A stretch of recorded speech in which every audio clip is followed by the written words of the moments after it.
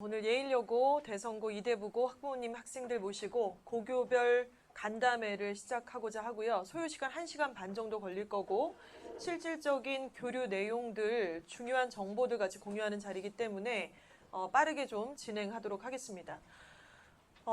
예일, 대성, 이대부고 우리 한번 조사 좀 하고 들어갈까요? 예일여고 손 좀 잠깐 들어주시겠어요? 네, 제일 많네요. 예, 감사합니다. 대성고 손 좀 들어주세요. 네. 이대부고 계신가요? 있으시군요. 네. 학교 이름을 호명을 하니까 마음이 좀 무거워져요.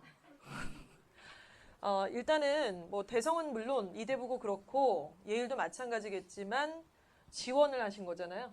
그리고 이 학교들의 특징이 뭔지, 어떤 리스크나 어려움이 있는지를 알고 감당을 할 어떤 감당의 의사를 가지고 이렇게 지원을 하셨을 거라고 생각을 합니다. 그렇다면 실질적으로 좀 빡세대, 어렵대, 내지는 진짜 열심히 해야 되는데 잘하는 애들 많대, 내신 따기 어렵대 이런 얘기 말고요. 구체적으로 입시에서 무엇을 요구해야 되고 전략 어떻게 짜야 되는지 단호박 결론부터 말씀드리고 가겠습니다. 첫 번째, 일단 이 학교가 예일여고 빼고는 자사고고요. 저는 사실 예일여고가 약간 자사고처럼 느껴져요. 내신의 상황도 그렇고 생기부 만드는 과정도 그러는데 다 그냥 자사고라고 치겠습니다. 그런데 이 학교에 다니는 모든 애들이 진짜 레알 자사고 학생들이냐면 그렇지가 않죠. 그냥 일반고에 다니고 있는 학생들과 비슷한 그런 상태나 그런 결과가 나온 아이들이 많이 있을 거예요. 그래서 전략은 두 가지인데 일단 대입에서 좀 이런 학생들이 있을 거예요. 첫 번째, 교과 전형하고 종합 전형 이 두 가지를 노려야 되는 아이들이 나옵니다. 이 결정은 지금 하는 건 아니고요. 2학년 여름방학 때 결정을 좀 하셔야 될 거예요. 두 번째는 정말로 전략적으로 대성, 예일, 이대부고를 갔다면 사실 2번에 해당이 돼야지 맞습니다. 무엇이냐면 일단 학생부 종합 전형을 노리고 플러스 논술 전형도 고려를 해야 된다는 거죠. 자, 이 부분은 다 아시겠지만 우리 수시 원서 몇 장 쓰죠?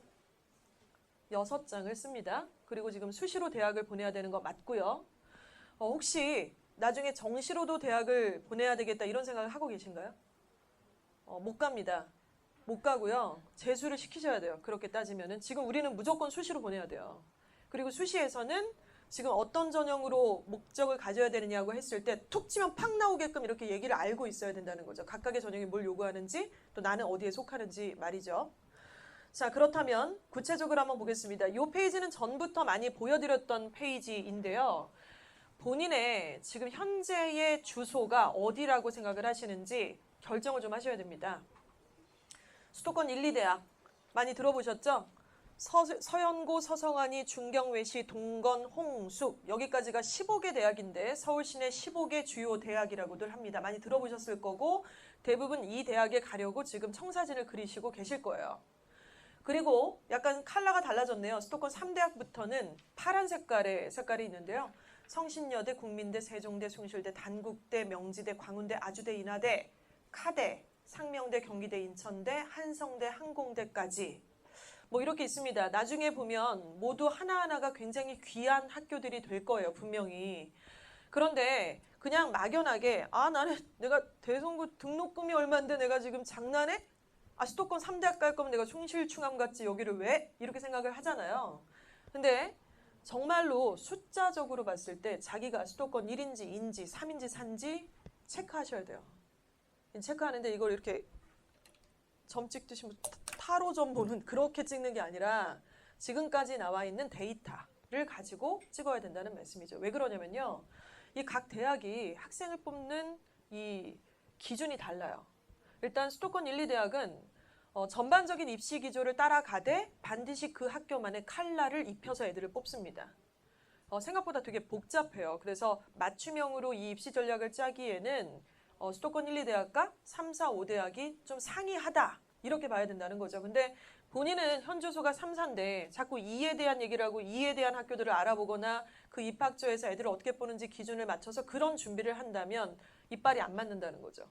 그래서 일단 만약에 솔직하게 내가 진짜 지금 현재 한 수도권 3대학 정도 수준이다 라고 결론이 났어요. 데이터를 통해서. 그러면은 슬프게도 대성고, 이대부고 내가 예일을 갔는데 어떻게 여기를 생각을 하냐. 그럼 난 영원히 여기까지 마무리를 하고 끝나는 거냐. 그게 아니죠. 예를 들어 지금 현재 수도권 3이라서 여기를 목적으로 갖고 계속 준비를 했습니다. 이 대학들에서 뭘 요구하는지를 이해를 했고 그런 것들을 갖춰져 나가고 있어요. 그런데 2학년에 갔더니 얘가 성적이 오른 거예요. 나름 서류도 좀 좋다고 평가를 되고 그러면 수도권 2대학으로 다시 갈아타서 그때 또 준비를 해도 괜찮아요. 그게 불가능한 게 아니라는 거죠. 이런 부분 되게 중요한 페이지니까 조금 집중을 하셔야 될 부분이고요. 자, 그렇다면 다시 또 스페시픽하게 한번 생각을 해볼게요. 우리 예일 또 대성 이대부고 이제 입학식 얼마 안 남았는데요. 들어가면 대학 가려면 제일 중요한 게 뭔가요? 내신입니다. 내신. 내신이 제일 중요해요. 뭐 혹자는 굉장히 막 애가 활동도 많이 하고 학생회도 하고 동아리도 하고 책도 많이 읽고 봉사도 막 장난 아니고 막 100시간 하고 막 이랬는데 만약에 대성에서 5, 6등급이다. 갈 데가 없어요. 안 뽑아줘요. 예일에서도 마찬가지죠. 수상 실적 같은 거를 나름 다 챙겼고 여러 가지 활동들을 했고 방송반도 하고 막 굉장히 화려해서 막 생기부가 29페이지, 32페이지지만 만약에 예일에서 4등급이다 그러면은 그 서류는 별로 크게 재미가 없습니다. 그러니까 이런 것들을 생각을 하셔야 돼요. 그래서 단연코 입시에서 가장 중요한 것은 지금 첫 번째 영순위는 내신이에요. 그래서 지금 학원들을 한번 생각을 해보세요. 학원들을. 요즘 학원가는요. 각 고등학교에 내신을 잘 치는 학원이 무조건 뜨게 돼 있어요. 특히 고등부는. 예전에는 수능 그리고 논술학원 막 이런 게 대세였던 몇 년 전이 있었습니다. 근데 지금은 논술도 사실은 굉장히 축소가 되어져 가고 있고요. 그리고 재학생들을 대상으로 했을 때 솔직히 얘네들이 정시로 대학을 갈 확률은 굉장히 떨어지고 있거든요. 경쟁력이 떨어져요. 다 갈 수도 없고. 그러니까 결국 학생부 종합이나 교과나 이런 걸 봐야 되는데 거기 공통분모는 무조건 내신이에요. 그리고 내신은 1순위이기 때문에 대성 내신을 어디가 잘한대? 이걸 보고 학원을 꽂아야죠. 예일여고 수학 내신 어느 학원이 제일 잘 다루고 있대? 국어는 어때? 이런 걸 보시고 학원 세팅도 하고 이렇게 하는 거지. 그냥 저 선생님이 잘 가르친데 저 학원이 유명하대. 이거 가지고는 사실은 좀 옳지 않다. 이런 말씀을 좀 드릴 수 있겠죠. 자, 그런데 내신이 그냥 중요하다. 등급이 중요하다. 이렇게 생각하시면 안 되고요. 일단은 3학년 1학기까지의 내신의 성취도를 봅니다. 굉장히 중요합니다. 지금 우리가 마음이 좀 급하고 사실 좀 불안한 마음도 있고 힘들 걸 이미 생각을 하고 있기 때문에 아마 조만간 있을 이제 3월 모평 보고 나서 4월 말이나 5월 첫째 주에 중간고사를 보게 될 건데 그때 결과가 만약에 4나 5가 나올 수도 있잖아요. 3이나 4가 나올 수도 있죠. 그러면은 급 좌절. 갑자기 막 전학 생각하고 고민하고 갈 길을 모르고 이러는데 조금 맞지가 않죠. 왜냐하면은 1학년 첫 중간고사만 가지고 평가를 하는 게 아니라는 거예요. 그래서 1학년 때 거, 2학년 때 거, 3학년 1학기까지의 내신을 보게 되는 거고 중요한 거는요. 그 기간 동안에 내신이 점차적으로 오르고 있는지 그리고 자신의 전공과 관련된 과목들이 특히나 좀 주목을 받게 되어져 있습니다. 그래서 만약에 토탈 등급이 2.8로 마무리를 했어요. 3학년 1학기까지 내신을 쳤더니만 기계로 쭉 돌려보니까 2.8이에요. 토탈 등급이. 근데 어떤 애는 2.8 찍다가 3.2 찍다가 뭐 2.1이었는데 2.8이 됐다가 이런 애도 있잖아요. 그러다 2.8 찍는 애랑 3이나 4로 시작했는데 아주 그냥 거의 그냥 뭐 정말 너무너무 스트러글하게 이렇게 해서 3.2에서 3.1에서 2.9에서 2.8로 간 애가 있겠죠? 그런 애가 후자 쪽에 훨씬 더 좋은 평가를 당연히 받게 되어 있습니다. 그거는 뭐 정성적 평가라고도 할 수 있고 정량적 평가라고도 들어갈 수가 있겠죠? 그리고 아까 말씀드린 것처럼 1학년 때는 우리 친구들이 통합과학 통합사회를 듣는 문이과 통합시대의 첫 장을 열었잖아요. 그리고 이제 2학년 때 어떻게 됩니까? 2학년 때 진로 선택 과목, 일반 선택 과목들의 수강을 하게 되어져 있어요. 일반 선택, 진로 선택은 본인의 진로 그리고 학과에 맞춰서 선택을 하게 되는데 그때 겁나게 막 학교에서 엄청 혼란이 있을까요? 혼란이 있으면 안 되고 있을 수도 없습니다. 이미 다 짜고 치는 고스톱처럼 되어 있을 거예요. 만약에 경상계열을 간다 그러면 대성에서 얘기할 거예요. 무슨 과 갈 거니? 경영경제요. 그러면 우리 학교의 개설 과목 이거니까 이거 선택해. 이런 걸 주는 거지. 뭐 애마다 이렇게 너는 어떻게 할래? 너는 이럴래? 이렇게 해갖고 학생 일정이 짜여져 있지 않겠죠. 그런데 중요한 건 뭐냐면 어찌됐건 2학년이 되면 선택 과목이라는 게 구축이 되어져 있고 그 과목에서 내신을 얘가 어떻게 따고 있는지 어떤 과정을 거쳤는지는 당연히 이제 집중이 될 수밖에 없는 요인이라는 말씀을 드리는 겁니다. 자, 그리고 이것은 단순하게 점수를 많이 따고 점수를 올라가는 어떤 곡선을 그리는 것뿐만이 아니라 반드시 비교과와의 연루성도 봐야 된다는 것이죠. 근데 이렇게 얘기하니까 되게 복잡하죠. 되게 복잡해, 그치? 그냥 공부만 잘하면 되는 게 아니고. 두 번째는 이 순위는 이제 비교과입니다. 서류죠, 서류. 우리가 보통 서류라고 하면은 학생부 종합전형에서 필요한 서류라는 건 이런 거죠. 바로 생기부입니다. 생기부. 3학년 1학기까지의 모든 과정을 보게 되는 거고요. 두 번째는 자소서입니다. 서류를 얘기하는 것들은 보통 자소서, 생기부, 그리고 추천서 이런 것들을 서류라고 통칭을 하게 되는데요. 일단은 이 서류가 2순위가 될 거고 여러 가지 좀 어려움이 있음에도 불구하고 이 세 개 학교를 선택하신 이유는 대성이 서류 잘 만들어준대. 예일이 생기부 잘 써준대. 이대부고 아무래도 일반고랑 다르지 서류를 만드는 게 있어서 여기에 대한 기대가 있으셨죠. 그래서 그거 맞는 팩트 맞고요. 그래서 이 부분이 당연히 중요하죠.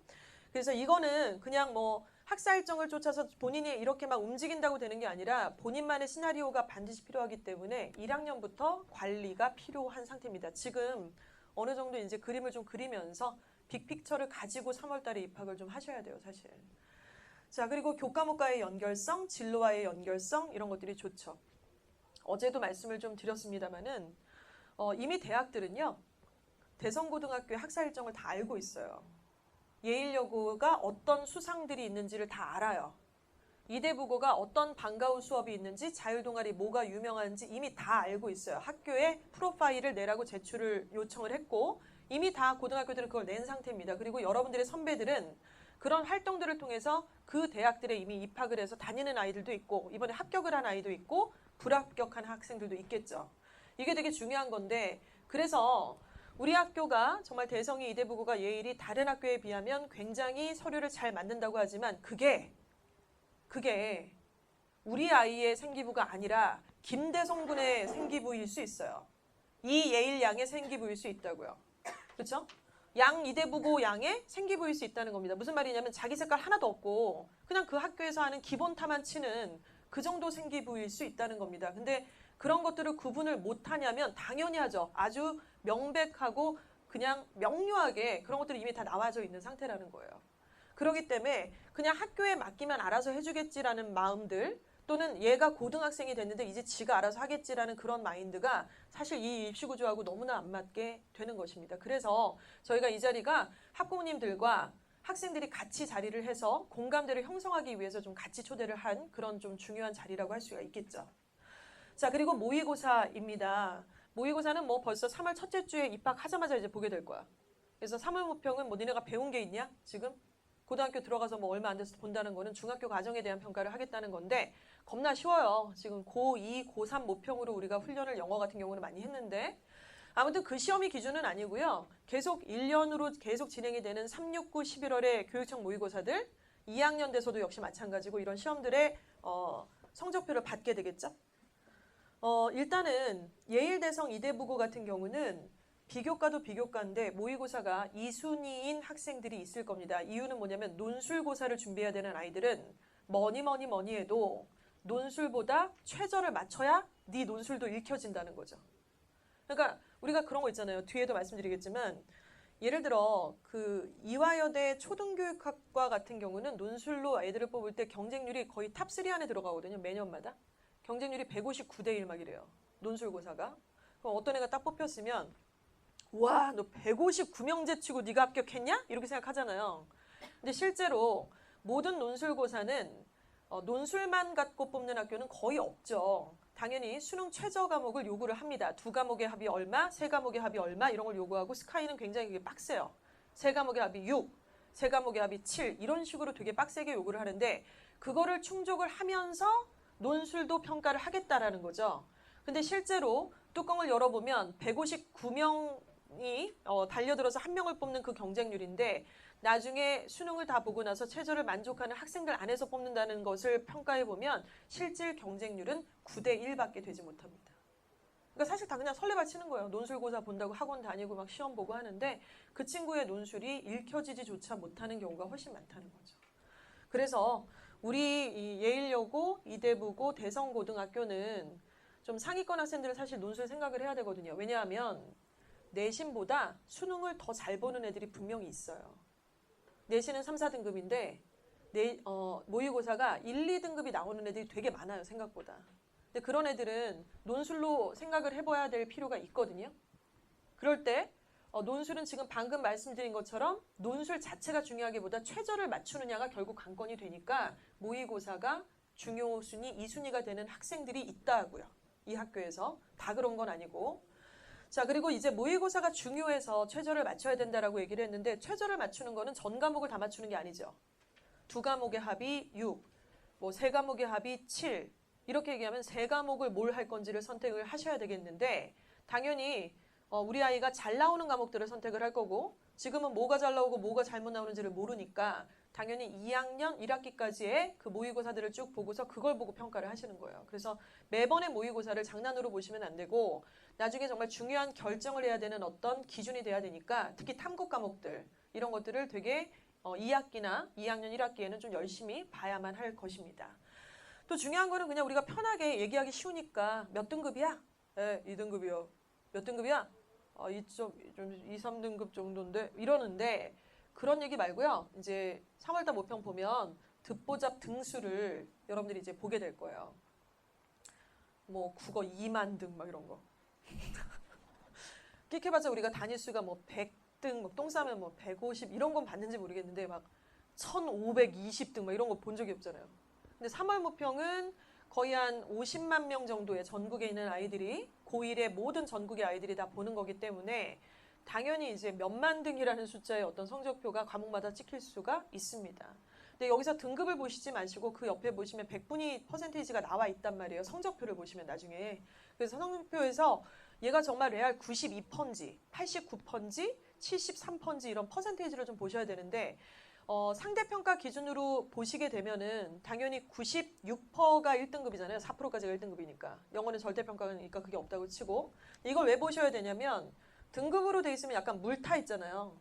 이게 2등급에 가까운 1등급인지 진짜 딱 위로 올려붙은 1등급인지가 안 보여요. 근데 편하니까 몇 등급이라고 얘기를 하는 거고. 근데 또 하나는 그러니까 정말 실질적으로 촘촘하게 얘가 지금 간당간당 하는구만. 운 좋아서 1등급 나왔지만 또 플러스 뭐가 있냐면 계속 자기가 등급이 막 좋다고 믿고 있었는데 나중에 고3이 돼갖고 6월 모평을 탁 보면 누가 들어와? 예, 재수생, 반수생 언니 오빠들이 훅 들어옵니다. 그 언니 오빠들이 공부 못했던 애들도 있지만 대체로 다시 한번 재도약을 하겠다는 사람들은 스카이를 노리고 하는 애들도 많죠. 그래서 그런 친구들이 들어오면 등급은 당연히 자연스럽게 조금 떨어질 수밖에 없어요. 그래서 1.3등급 정도 이렇게 떨어진다라고 통계 수치에 나와 있는데 그런 부분들을 고려를 해야 되기 때문에 실제로 퍼센테이지가 국영수가 몇 퍼센테이지인지를 보는 것은 매우 중요하겠죠. 그래서 3월 모평 얼마 안 남았거든요. 그때 보시고 그 퍼센테이지를 체크를 좀 하셔서 이 친구의 객관적인 기준은 지금 이 정도구나를 보셔야 될 것 같습니다. 자, 우선순위 1순위가 뭐라고요? 내신입니다. 내신. 그래서요. 입학하고 나면 다른 거 복잡하게 생각하지 마시고 봉사도 나발 필요도 없어요. 3월달. 그리고 내신 언제부터 들어가냐면 빠르면 3월 마지막 주. 조금 늦으면 4월 첫째 주부터 한 달 내내 무조건 내신입니다. 그리고 내신은 4월 마지막 주나 5월 첫째 주에 보통 일괄적으로 내신을 치르게 되어져 있는데요. 거의 한 달 동안은 내신에 올인을 하셔야 돼요. 다른 거는 봉사도 중간고사 끝나고 그때 세팅하셔도 하나도 늦지도 않고요. 여러 가지 뭐 수상도 마찬가지고 모든 챙겨야 될 것들은 그 뒤로 다 뒤로 보내시기를 저는 권고드리고 싶고 4월이 과학의 달이라서 뭐 과학 관련된 수상 실적이 좀 있는 학교도 있지만 되게 많지도 않습니다. 학교 학사 일정을 보시면요. 3, 4월에 뭐가 없어요. 첫 중간고사 보고 나서 학교에서 밀어줄 새끼들 알아서 챙기겠다 이런 전략이에요. 학교도 역시나 마찬가지로. 자, 그렇다면 대입의 분석 전형을 한번 우리가 그냥 한번 정색하고 한번 다시 정리를 좀 해보도록 하겠습니다. 수시로 애들 대학을 보내야 된다고 했어요. 근데 제가 제일 걱정되는 게 우리가 지금 이런 얘기를 막 하고 있고 우리 아이들도 끄덕끄덕 어머님들 아버님들도 이렇게 얘기를 잘 경청을 해주시고 공감을 하시는 것 같지만 실제로 한 1년 정도 지나고 나면요. 대성고의 많은 학생들은 육논술 쓸래요? 이런 애도 있어요. 저 정시예요 엄마. 아닌 것 같아. 내신 내 스타일 아니고 나 정시 갈래 엄마. 잘해볼 수 있을 것 같아. 그럼 엄마 또 헷갈려. 저 새끼가 이제 철이 들었나? 이제 하려고 그러나? 근데 제가 단언컨대요. 못 가요. 대성이고 예일이고 이대부고고 현역이 정시로 간다는 거는 말도 안 되는 얘기예요. 그건 도망간다는 뜻이에요. 그러니까 왜 도망가요? 왜 정시 얘기가 나와요? 왜 논술 얘기가 나오고? 내신이 안 나오니까. 내신이 너무 안 나오니까 지금 우리 학교들은, 우리 새 학교는 서류를 잘 만드는 학교예요. 서류가 안 돼서 얘가 정시 얘기를 하는 건 아니에요. 근데 뭐가 문제냐면 내신이 너무 안 나오는 거예요. 공부를 하는데도 안 나오고 자기가 생각했던 그 내신의 퍼센테이지가 안 되니까 굉장히 힘들죠. 그러니까 자기 고민 끝에 1년이 딱 지나고 나니까 내신이 정말 4, 5등급이네? 3, 4등급이네? 이러면 노답처럼 느껴지거든요. 자기가 원하는 데가 못 갈 것 같아. 그러니까 엄마, 나 논술인 것 같아. 그래서 실제로 굉장히 많은 학생들이 2학년 여름방학이 되면은 다니던 모든 내신 학원을 다 그만두고 이제 뭐 안국대치 뭐 이런 데 가고 대치동으로 실제 레알 수능을 들으러 가고 하는데 그 친구들은 경쟁력이 없어요. 생각을 해보세요, 우리가. 재수생들은요. 그리고 반수생들은요. 하루 종일 뭐 하죠? 아침에 가서 수능 공부를 매일 합니다. 모의고사를 계속 보고 일타 강사들의 수업을 들어요. 근데 우리 애들은 중간고사 어찌됐건 봐야 되잖아. 육론술 본다고 네가 중간고사를 안 볼 수 있냐? 중간고사 봐야죠. 끝나면 기말고사 봐야죠. 소풍도 가야죠. 방과후 활동도 해야죠. 동아리도 어찌됐건 해야죠. 봉사도 뭐 안 한다고 할 수는 있지만 뭐 어찌됐건 있죠. 축제도 가야죠. 수학여행도 가야죠. 이런 상황에서 책도 읽어야죠. 정시로 붙어서 걔네들하고 이길 상황은 사실은 불가능 그 자체예요. 논술도 역시 마찬가지고. 일례로 그냥 간단하게 말씀을 드리면 이번에 저희 학원이 좀 실적이 좋았어요. 그래서 서울대도 3명이 나오고 심지어 서울대 의대도 장학생으로 합격한 선배도 나왔습니다. 그런데 그렇게 서울대 3명 이상이 나왔고요. 또 좋은 대학들을 많이 갔는데 이 현역들이 수능을 잘 봤냐면 못 봤어요. 우리가 서울대 의예과나 막 서울대 정도면 5, 1등급 찍을 거라고 생각하시잖아요. 수능을. 근데 그 친구들은 종합전형으로 갔기 때문에 사실 수능이 반영이 안 됐고 실제로도 수능에 최선을 다하지 않은 건 아니지만 현역이라는 걸 한번 감안해 보세요. 생전 태어나서 그런 큰 시험을 처음 치르는 거예요. 낯선 환경에 가서 그 시험들을 보고 옆에 막 낯선 사람 앉아있고 막 형님들도 있는 것 같고 느낌도 되게 이상하고 밥도 막 되게 낯설게 먹고 이런 상황에서 시험을 잘 본다라는 게 굉장히 어렵고 아까 그 준비 기간에도 질적으로 많은 차이가 좀 있었습니다. 실제로 이번에 좋은 성과를 낸 학생들은 수능을 생각보다 그렇게 잘 보지 못했어요. 근데 반대로 저희 가족의 조카가 있는데 얘는 이번에 결론적으로 삼수를 했어요. 근데 현역 때도 공부를 잘 했었고 그런데 이제 못 갔죠. 그래서 재수를 오로지 강남대성에서 1년을 꼬박 했는데 또 본인이 원하는 대학을 못 갔어요. 그래서 한 학기를 걸어놓고 다시 반수를 했죠. 결론은 뭐냐면 수능 전 과목 중에 3개 틀렸습니다. 그런데 서울대를 떨어졌어요. 정시로. 그러니까 이 친구는 서류를 더 써먹을 게 없잖아요. 재수생이고 이미 다 결정된 서류로 이미 고배를 마셨는데 그 서류를 왜 써요? 당연히 재수3수생들은 정시 아니면 논술에 올인을 하는 거예요. 그런데 서울대는 떨어졌고 연대 경제학과를 붙어서 지금 송도 캠퍼스 기숙사 들어갔어요. 이게 현실이에요. 수능으로 따지면 현역과 재수생은 비교가 안 되죠. 같은 학교를 갔다 하더라도. 그런데 이 와중에 너무 물정 모르고 어디 북한에서 왔냐?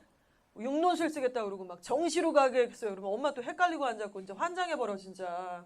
그러니까 이게 맞지가 않으니 우리는 지금 여러 가지 뭐 진지한 얘기들을 나누겠지만 정말로 답은 학생부 종합전형 그리고 잘 나오면 논술 아니면 교과 이걸 머릿속에 딱 넣고 시작을 해야 된다는 말씀을 좀 드리고 싶습니다. 자, 어찌됐건 교과는요. 근데 이런 걸 좀 생각을 하셔야 될 것 같아요. 나중에 지금은 뭐 약간 가볍게 넘어갈 거긴 하는데요. 예를 들어 예일여고에서 한 3, 4등급이 나왔어요. 그럼 인서울 못 가요, 솔직히. 그렇죠? 종합으로 인서울 가기 좀 어렵습니다. 근데 만약에 예일여고에서 3, 4등급이 나왔는데 얘가 모의고사가 꽤 나오는 애예요. 근데 말씀드린 것처럼 종합은요. 학생부 종합전형은 수능 최저가 없죠. 그런데 학생부 교과는 수능 최저가 있어요. 이걸 조금 한번 풀어보겠습니다. 자, 그래서 학생부 교과 전형이라는 전형은 뭐냐면 정말로 순수하게 내신만 보겠다는 거예요. 거의. 무조건 내신만 보는 거고 내신을 뭐 올라가는 그림을 그렸네 내려가는 그림을 그렸네 됐고요. 그냥 마지막 토탈 내신. 기계에 돌려서 드르르르르 나와서 그 대학이 내신을 산출하는 방법이 다 달라요. 대학마다.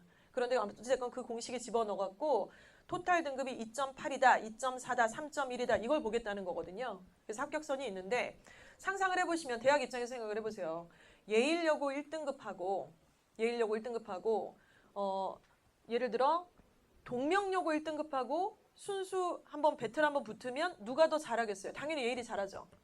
그걸 대학이 모르지 않거든요. 그렇기 때문에 야 학교 내 신각부는 너무 주관적이니까 객관적인 시험 기준을 합격해야 돼. 그래야지 나는 교과로 뽑아줄 거야. 이게 이제 대세이기 때문에 수능 최저를 요구를 합니다. 수능 최저 과목을 2개 합이 얼마, 3개 합이 얼마 보통 이런 걸 요구를 한다는 것이죠. 그래서 내신만 보고요. 생기부 안 봐요. 이거는. 생기부 안 보고 내신 플러스 수능 최저 이 2개의 조건만 만족을 시키면은 학생부 교과로 합격을 할 수가 있죠. 그런데 문제는 뭐냐면 지금 서울 시내 아까 15개 대학들은 이 학생부 교과 전형이라는 것들을 굉장히 많이 줄여가고 있는 상태예요. 줄여가고 있고 뭘 늘리겠어요? 종합을 엄청나게 늘리고 있죠.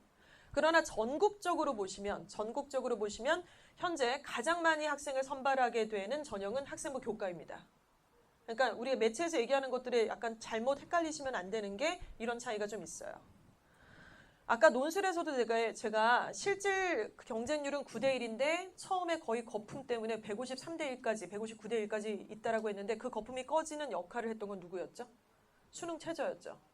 수능 최저가 생각보다 맞추기가 어려워요. 그런데 역시나 교과 전형에서도 수능 최저를 요구하기 때문에 이 부분을 만족을 하는 애들이 사실은 그렇게 많지는 않습니다. 그래서 어찌됐건 이 부분을 조금 주목을 하셔야 돼요. 지금 모두가 다 사실 생각을 하셔야 될 부분이라고 저는 생각을 하고 두 번째는 학생부 종합입니다. 대세죠. 뭐 생기부다, 봉사다, 책이다, 뭐 세특이다, 어쩌다 이렇게 되게 복잡하다라는 얘기들을 하고 있는데 그건 다 여기에 꽂혀 있는 그런 워딩들이라고 보시면 되겠죠. 일단은 한순간의 평가로 하지 않습니다. 과정을 평가하죠. 그리고 숫자로 평가하지 않습니다. 텍스트로 평가를 해요. 글로 평가를 하고 있고요. 말로 평가를 하고 있는 그런 전형입니다. 고1부터 관리해야 된다고 말씀을 드렸고 마무리는 3학년 1학기까지예요. 자, 그런데 3학년 1학기까지 꾸준하게 생기부를 관리하는 애들이 생각보다 없어요. 특히 2학년 말 되면 약간 종료하려는 분위기고 내신이 자신이 없는 경우는 더더욱 그렇고요. 근데 결론은 나중에 3학년 돼서 이제 수시 원서를 쓸 때 절대로 교과로만 6개 쓰는 애도 없고요. 논술로도 6개 쓰는 애 없어요. 아까 이렇게 두 가지 카테고리로 묶어드렸잖아요. 교과로 2개, 종합으로 3개. 논술로 3개, 종합으로 3개. 보통 그렇게 쓰실 수밖에 없다는 거예요. 그래서 3학년 1학기까지는 굉장히 중요하고 또 대학마다 약간 기준이 좀 다르긴 합니다만은 굉장히 많은 대학들이 지금 내신 산출을 어떻게 하고 있냐면 1학년 때는 20%, 2학년 때는 40%, 그리고 3학년은 한 학기인데도 40% 이렇게 퍼센테이지를 달리하면서 내신 산출을 하는 학교가 많아요. 100%는 아니지만 많이 있습니다. 그래서 3학년 1학기 내신이 굉장히 생각보다 중요한데 애들이 이런 팩트를 잘 몰라요. 그러니까 알려주지 않거나 자기가 안 찾아보면 모르는 그런 상황이 좀 있는 것 같습니다. 성취도 만들어야 되고 또 되게 중요한 거는 자소서죠. 제가 아까 서류를 이렇게 말씀드렸잖아요. 생기부가 있고 자소서가 있고 추천서가 있다. 이런 것 토탈해서 이제 서류라 이렇게 말씀을 드리는데요. 일단은 입시에서 이제 학생부 종합전형에서 제일 중요한 건 사실 자소서예요. 자소서는 글자 바이트가 정해져 있고 문항도 아예 딱 정해져 있는 문항이 있습니다. 학교마다 다 다른 게 아니고요. 1번, 2번, 3번의 질문사항은 우리나라에 있는 모든 대학들이 공통으로 지금 쓰고 있는 항목이고 4번 질문사항을 택이라는 학교들이 있어요. 좋은 학교예요, 주로. 근데 없는 학교도 많이 있고요. 그런데 이 자소서의 문항들이 요구하는 것이 무엇인지를 속내를 정확하게 이해를 해야 되고요. 거기다 뭐라고 쓰겠죠. 근데 뭐 나는 방탄을 좋아하고 뭐 이런 걸 쓰는 게 아니라 그 속내에 어떤 맞는 출제자의 의도에 맞는 대답을 쓰게 되는데 이게 무슨 얘기냐면요. 일단은 이런 겁니다. 나중에 이제 학생부 종합으로 원서를 썼어요. 그리고 자소서를 내죠. 자소서를 이제 입학사정관이 이렇게 봅니다. 보고 나서 형광펜 빨간색으로 체크를 해요. 자소서 입학사정관이 체크를 해서 이런 활동을 했다고? 이런 책을 읽었어? 아, 이런 걸 알게 됐다는 거지. 자, 보자. 그리고 이제 뭘 펼치냐면 생기부를 펼쳐요. 생기부에 레알 맞아? 있어? 책 있어? 활동 있어? 자율동아리 했다는 게 이게 있어? 수상실적 자소서 3번엔 2번엔 있는데 여긴 왜 없어? 이렇게 보는 거예요. 그래서 이런 식으로 해서 면접을 보게 되는 거죠. 면접을. 그래서 그런 식으로 뽑게 되는 게 학생부 종합전형이라는 거니까 결론은 뭐냐면 이 자소서는 빅픽처예요. 그리고 거기에 대한 증빙 자료가 생기부가 되는 것입니다. 그러니까 입학사정관은 이런 식으로 면접을 보는데 우리 생기부를 만드는 주인공, 또 자소서를 쓰는 주인공인 학생들은 어떻게 하나요? 거꾸로 이렇게 해야죠. 빅픽처를 그려놓고 거기에 맞는 생기부의 항목들을 만들어야 되겠죠. 지금부터 하기는 어렵지만 계속 그런 과정은 좀 있어야 돼서 자소서를 주로 3학년 때 서부학과 애들은 되게 많이 쓰는데 너무 늦어요. 2학년 때 올라갈 때 한번 써야 되고요. 각 지금 예일대성, 이대부고 예외 없이 2학년 학사 일정 보시면 자소서 경진대회가 무조건 있습니다. 3학년한테 없고 2학년한테 있는 이유가 있어요. 그래서 그 부분을 생각을 하셔야 되고, 그래서 나중에 이제 생기부 다 만들면은 학교에서 선생님들하고 다 이거 체크하는 거예요. 생기부에서 요거를 갖다가 자소서 2번으로 연동해야겠다. 1번에 있는 이 내용을 자소서 1번으로 연결하자. 이렇게 다 체크를 하게 되는 그런 과정이 기다리고 있습니다. 자, 그리고 논술이죠. 논술은 정말 뭐랄까요? 비트코인 같아요. 곧 사라질 것만 같고 정말 실체가 있나? 그리고 합격하는 애가 현실에 존재하나? 라고 하는데 올해 예일에서 은근 논술로 합격한 애들이 꽤 있었습니다. 굉장히 고무적인데 제가 그 친구한테 얘기했어요. 야, 너 진짜 완전 로또 맞았다 정말. 본인도 제일 높게 쓴 게 논술, 성대 논술이었는데 거길 붙은 거예요. 나머지는 다 하향 지원하고 뭐 이렇게 썼는데 대박이다. 근데 너를 내가 기준 삼아서 이렇게 된 사례도 있으니 힘을 내십시오라고 얘기를 하면 내가 좀 약간 너무 사짜 느낌이다. 너는 되게 특별한 케이스인데 이거예요. 솔직히 말씀을 드리면. 논술로 합격하는 케이스가 매우 어렵죠. 일단은 최저 맞추는 게 굉장히 빡세고 논술 보는 학교가 논술을 진행을 하고 있는 학교는 다 좋은 학교들이에요. 논술고사를 모든 대학들이 운영을 할 수가 없어요. 역량이 안 돼서. 그래서 이 논술고사를 진행하고 있는 학교들은 다 높은 학교들이고 거기에 맞춰서 최저 기준도 굉장히 올려붙여져 있는 상황입니다. 그걸 맞추면서 논술을 썼다라는 것이 어렵다라는 말씀을 좀 드리는 거죠. 아까 말씀드린 것처럼 논술 고사 자체가 중요한 것도 물론 있습니다만은 더 기본이고 중요한 것은 최저를 맞췄느냐 여부가 될 거다. 이거를 좀 생각을 하셔야 될 것 같아요. 자, 여기까지고 이걸 만약에 다 떨어졌어요. 6개를 썼는데. 근데 뭐 아니면 뭐 2-3개 붙었어요. 뭐 이렇게 계속 이제 이 순환을 하잖아요. 추가 합격이 계속되면서 순환을 하는데 그렇게 되면서 붙었으면 무조건 가야 돼요. 이걸 수시 납치 사건이라고 보통 명칭을 합니다. 수시에서 붙었으면 무조건 가야 돼요. 붙었는데 뭐 취소하고 나중에 전 정시로 더 좋은 거 할래요? 그런 거 없어요. 그냥 무조건 붙었으면 가야 되는 거고 떨어졌으면 본인이 원하지 않아도 정시로 응시를 해야 되겠죠.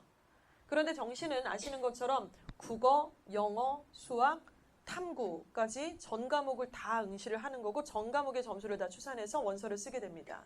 재학생한테는 사실 큰 해답이 아니다. 이런 말씀을 좀 드렸던 것이죠.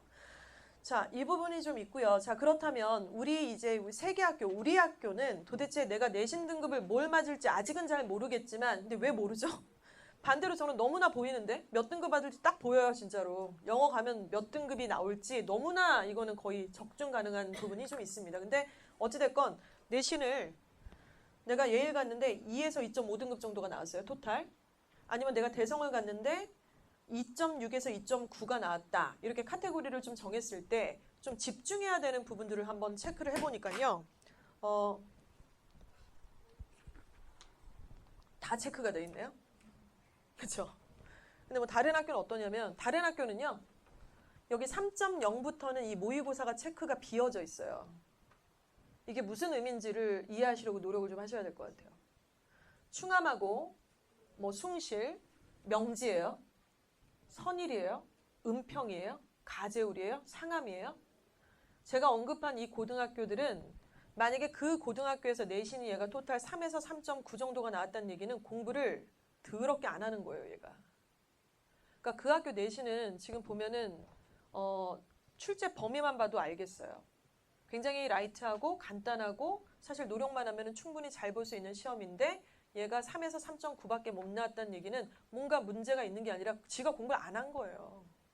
그냥 안 한 거예요. 근데 그 친구가 그렇게 학교 내신을 잘 못 보는 앤데 수능을 잘 볼 확률을 도대체 어디서 찾아야 되는 거죠? 가능성을? 그러니까 우리가 생각을 해보세요. 여러분들이 중간고사, 기말고사는 코앞에 와요. 지금 제가 학사 일정을 쭉 짜다 보니까 3월은 정규 수업, 4월은 중간고사, 5월은 정규 수업, 6월은 기말고사, 7, 8월은 정규 수업, 9월은 중간고사. 이런 식이에요. 학사 일정이. 중간고사, 기말고사, 중간고사, 기말고사 이거를 거의 뭐 성적표 받고 분석하고 이러면서 1년이 후락 지나갈 건데 당장 코앞에 있는 우리 학교 중간, 기말도 못 챙기는 애가 어떻게 몇 년 뒤에 있는 수능을 잘 봅니까? 말도 안 되죠. 그리고 노력하면 잘 볼 수 있는 학교였는데 말이죠. 남의 학교 얘기고요. 따라서 아까 얘기했던 그 언급한 다른 학교에서 만약에 3에서 3.5 정도 나온다면 걔가 수능을 할 이유는 없다는 말씀을 드리는 거예요. 근데 우리 학교는 어떤가요? 우리 학교는 3에서 3.5 나온 애가 되게 못해서 나오는 게 아니에요. 저는 굉장히 많이 봤어요. 모의고사는 국영수가 거의 다 1등급 내지는 2등급이 나오는데 예일여고 내신에서는 계속 3, 4를 찍는 애들이 되게 많아요. 그게 왜 그러는지를 좀 말씀을 드릴 거예요. 근데 그런 친구들이 있기 때문에 진짜 못해서 혹은 안 해서 3, 4가 나오는 게 아니라는 거죠. 이 친구는 마지막에 논술까지 생각을 해야 되기 때문에 반드시 모의고사를 포기하면 안 되고 예의 집중해서 조금 챙겨놔야 되는 부분입니다. 다 챙겨야죠. 자, 그런데 챙긴다는 게 어떤 건가요? 그냥 우리는 좀 그렇잖아요. 이렇게 특히 첫째 자녀 학부모이신 경우는 입시 자체가 저처럼 이쪽에 종사하시는 분이 아니라면 사실 낯설고 두렵고 답답하고 자신이 없습니다. 그리고 이렇게 자신 없는 모습을 우리 아이한테 들키는 것도 좀 너무 미안하기도 하고 또 좀 창피하기도 하고 또 이걸 어떻게 해줘야 될지 모르니까 일단은 제일 많이들 하시는 방법 중에 하나가 약간 외면하는 것 같아요. 아니라고들 하시지만 학원을 세팅하는 거는 그런 게 아니죠. 입시를 정확하게 이해를 하시려고 노력을 하시면서 모르는 걸 약간 창피함에도 불구하고 질문도 하시고 좀 망신도 당할 수 있죠. 근데 또 물어보고 알아가고 이렇대 아영아. 너한테 필요한 게 이거래. 지금 이 시점에 뭘 해야 된대. 진짜? 뭐 이러면서 얘기를 나누면은 사실 공감대가 형성이 되거든요. 근데 이제 보통 얘기를 나누는 건 자꾸 내신, 성적, 숫자로만 얘기를 하는데 제가 앞장에서도 몇 번 말씀을 드렸습니다만 입시의 코드가 내신이 1순위이긴 하지만 내신이 그렇다고 완전히 뭐 1점대 초반으로 극상으로 찍었다고 해서 그 학생만 대학에서 뽑아주지도 않습니다. 다른 게 또 갖춰줘야 되는 게 많이 있지 않습니까? 그래서 이런 전반적인 메커니즘을 이해를 한 상태에서 아이와 대화를 나누고 과정을 같이 하시면서 함께 성장을 하시는 거라고 저는 생각을 해요. 입시가. 진짜 웃긴 게요. 옛날에는 학원 지금 운영한 지 12년째인데 옛날에는 그냥 애들하고만 하면 됐던 것 같아요. 애들을 그냥 막 닥달하고 열심히 하고 이러면 됐는데 지금 몇 년 전부터 이 학생부 종합전형이 대세고 입시 실적을 이렇게 쭉 지켜보면은 예외가 없더라고요. 어머님, 아버님이 쌩까면요. 애가 대학을 못 가요. 그러니까 애가 알아서 하겠다라고 생각을 하시는 순간 애는 대학을 못 가요. 진짜로. 왜냐면 이렇게 복잡다단한 이 일정들을 아이가 소화를 혼자 할 수가 절대로 없습니다. 우선순위, 일정 이런 것들을 애가 할 수가 없어요, 지금. 그래서 부모님이 뭐 직장을 다니시든 그러시지는 않든 이건 이유가 될 수는 없고 이런 메커니즘에 대한 공부나 스터디나 또 질문이나 과정을 같이 하시지 않으면 아이가 절대로 좋은 성과를 낼 수가 없는 그런 입시 구조에 우리가 지금 현재 있습니다. 이거를 굉장히 경감을 좀 하셔야 될 것 같아요. 못 가면 애 탓이 아니에요, 그게. 그러니까 이 부분 좀 말씀드리고 싶고요. 자, 그러면 아까 말씀드렸던 교과 전형, 종합 전형에 대해서 낱낱이 한번 좀 보도록 하겠습니다. 일단은 교과는 제가 말씀드렸죠. 전국적으로는 가장 많은 학생을 선발하고 있는 전형이 바로 교과다. 이런 말씀을 드렸고요. 그런데 수도권의 중상위권 대학에서는 선발 인원들이 일단은 수도권에서는 증가하고 있고 제일 중요한 것은 수능 최저 등급의 충족이 주요 변수가 될 수밖에 없다. 이런 말씀 드렸고요. 수능 최저는 2개 과목이나 3개 과목을 이렇게 선택을 해야 되는 거잖아. 근데 2개 과목, 3개 과목의 선택은 어떤 과목을 선택을 하실 거죠? 아직은 몰라요. 본 게 없으니까.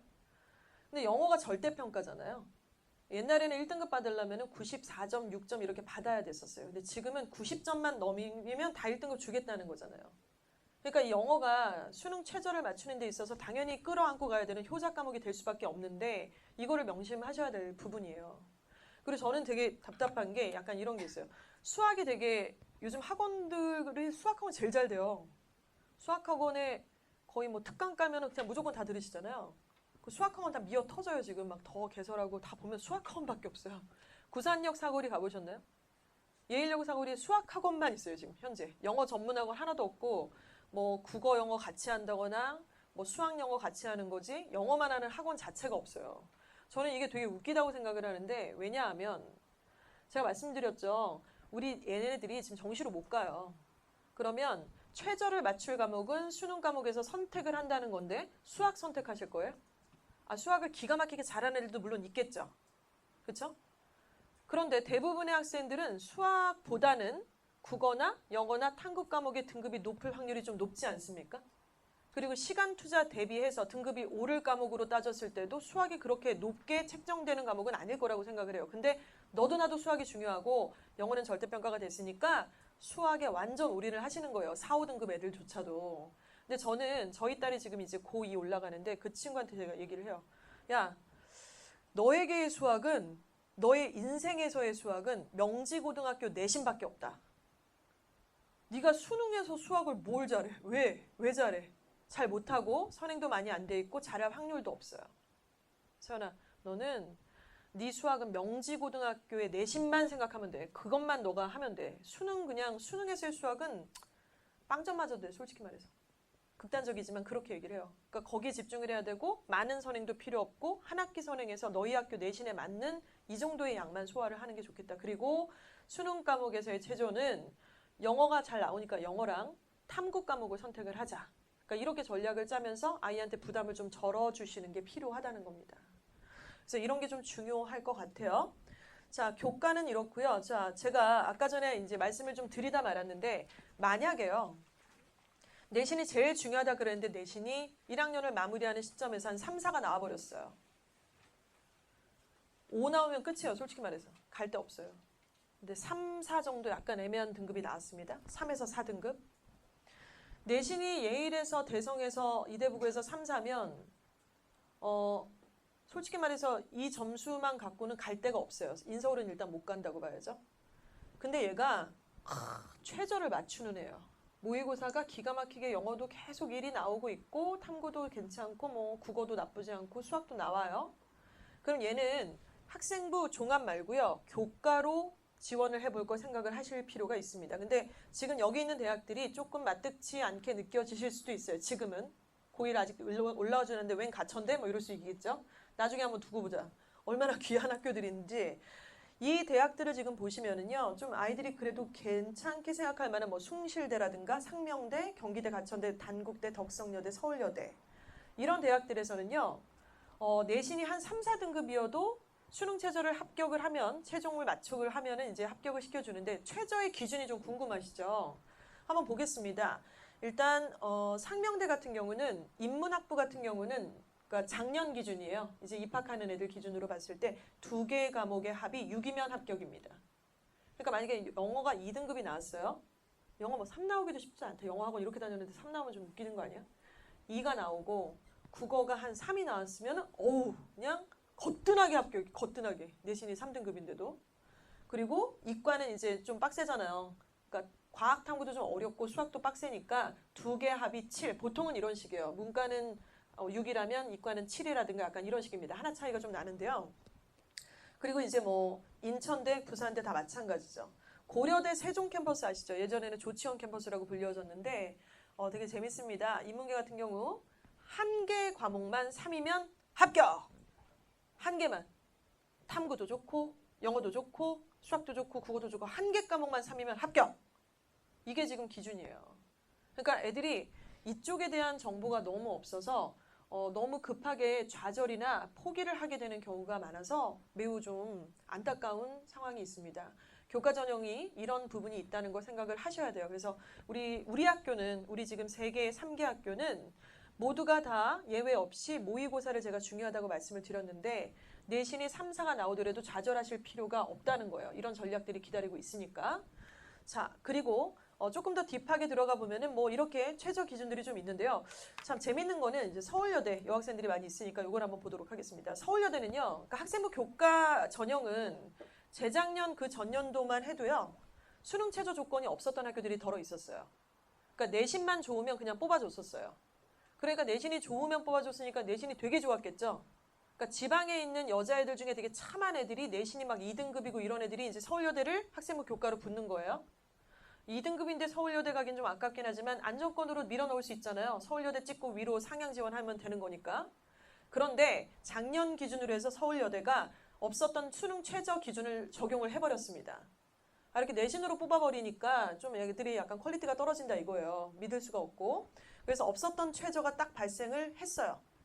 근데 그 기준이 뭐냐면 2개 과목이 7, 2개 과목이 7이에요. 상상을 해보세요.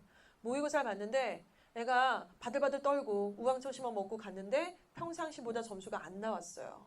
그래서 영어는 평상시 1도 나오고 2도 나왔는데 3이 나오고 국어가 4가 나왔어요. 그래도 합격. 그래도 합격이네요. 근데 그럼 뭐야? 저거를 떨어지기도 쉽지가 않겠네 라고 생각하시지만 실제로 저런 지원의 어떤 전략을 이해하고 교과를 그렇게 전략적으로다가 이렇게 딱 꽂는 학부모도 많지도 않고 그리고 실제로 3, 4가 우습냐면은 그렇게 찍기도 쉽지도 않아요. 다 뚜껑 열어보면.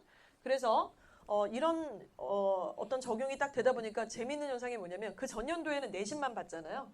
내신만 봐서 예를 들어서 2점대를 그래도 그려야 서울여대는 합격을 했는데 수능 최저라는 조건이 없었던 조건이 탁 올라붙어 버리니까 실제로 내신은 애들이 약간 떨어져도 수능 최저만 맞추면 합격이 되더라는 거죠. 그래서 실제로 합격한 사례들을 보니까 3.5등급이나 6등급도 문 닫고 합격을 탁 하더라 이거죠.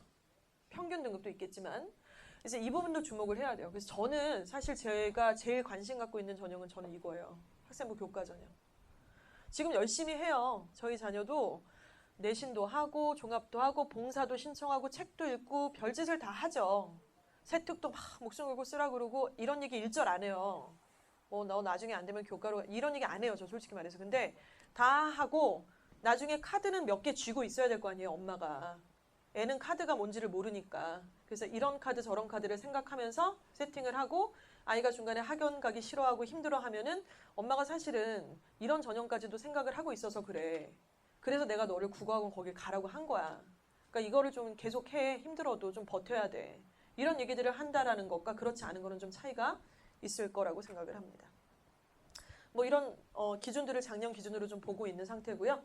자, 그리고 좀 더 집중해야 될 종합전형입니다. 종합전형은 자신이 좀 없어하는 학생들도 있어요. 예를 들어서 중학교 때 서류 같은 거 잘 안 만들어봤고 봉사도 안 해봤고 세특도 신경 안 써봤고 수상실적하고 담 쌓았던 학생들도 있죠. 특히 남학생들이 약간 그런 거 좀 못 챙기는 경향이 좀 있는데 이런 경우가 사실은 고등학교 가서 안 하던 걸 하려면 좀 힘듭니다. 그래서 종합전형하고 나하고는 좀 안 맞는다 이럴 수 있지만 그런 생각은 지금 오늘 그냥 버리세요. 그 생각을 버리세요. 종합을 쌩까는 순간 갈 수 있는 카드는 확 줄어버려요. 진짜.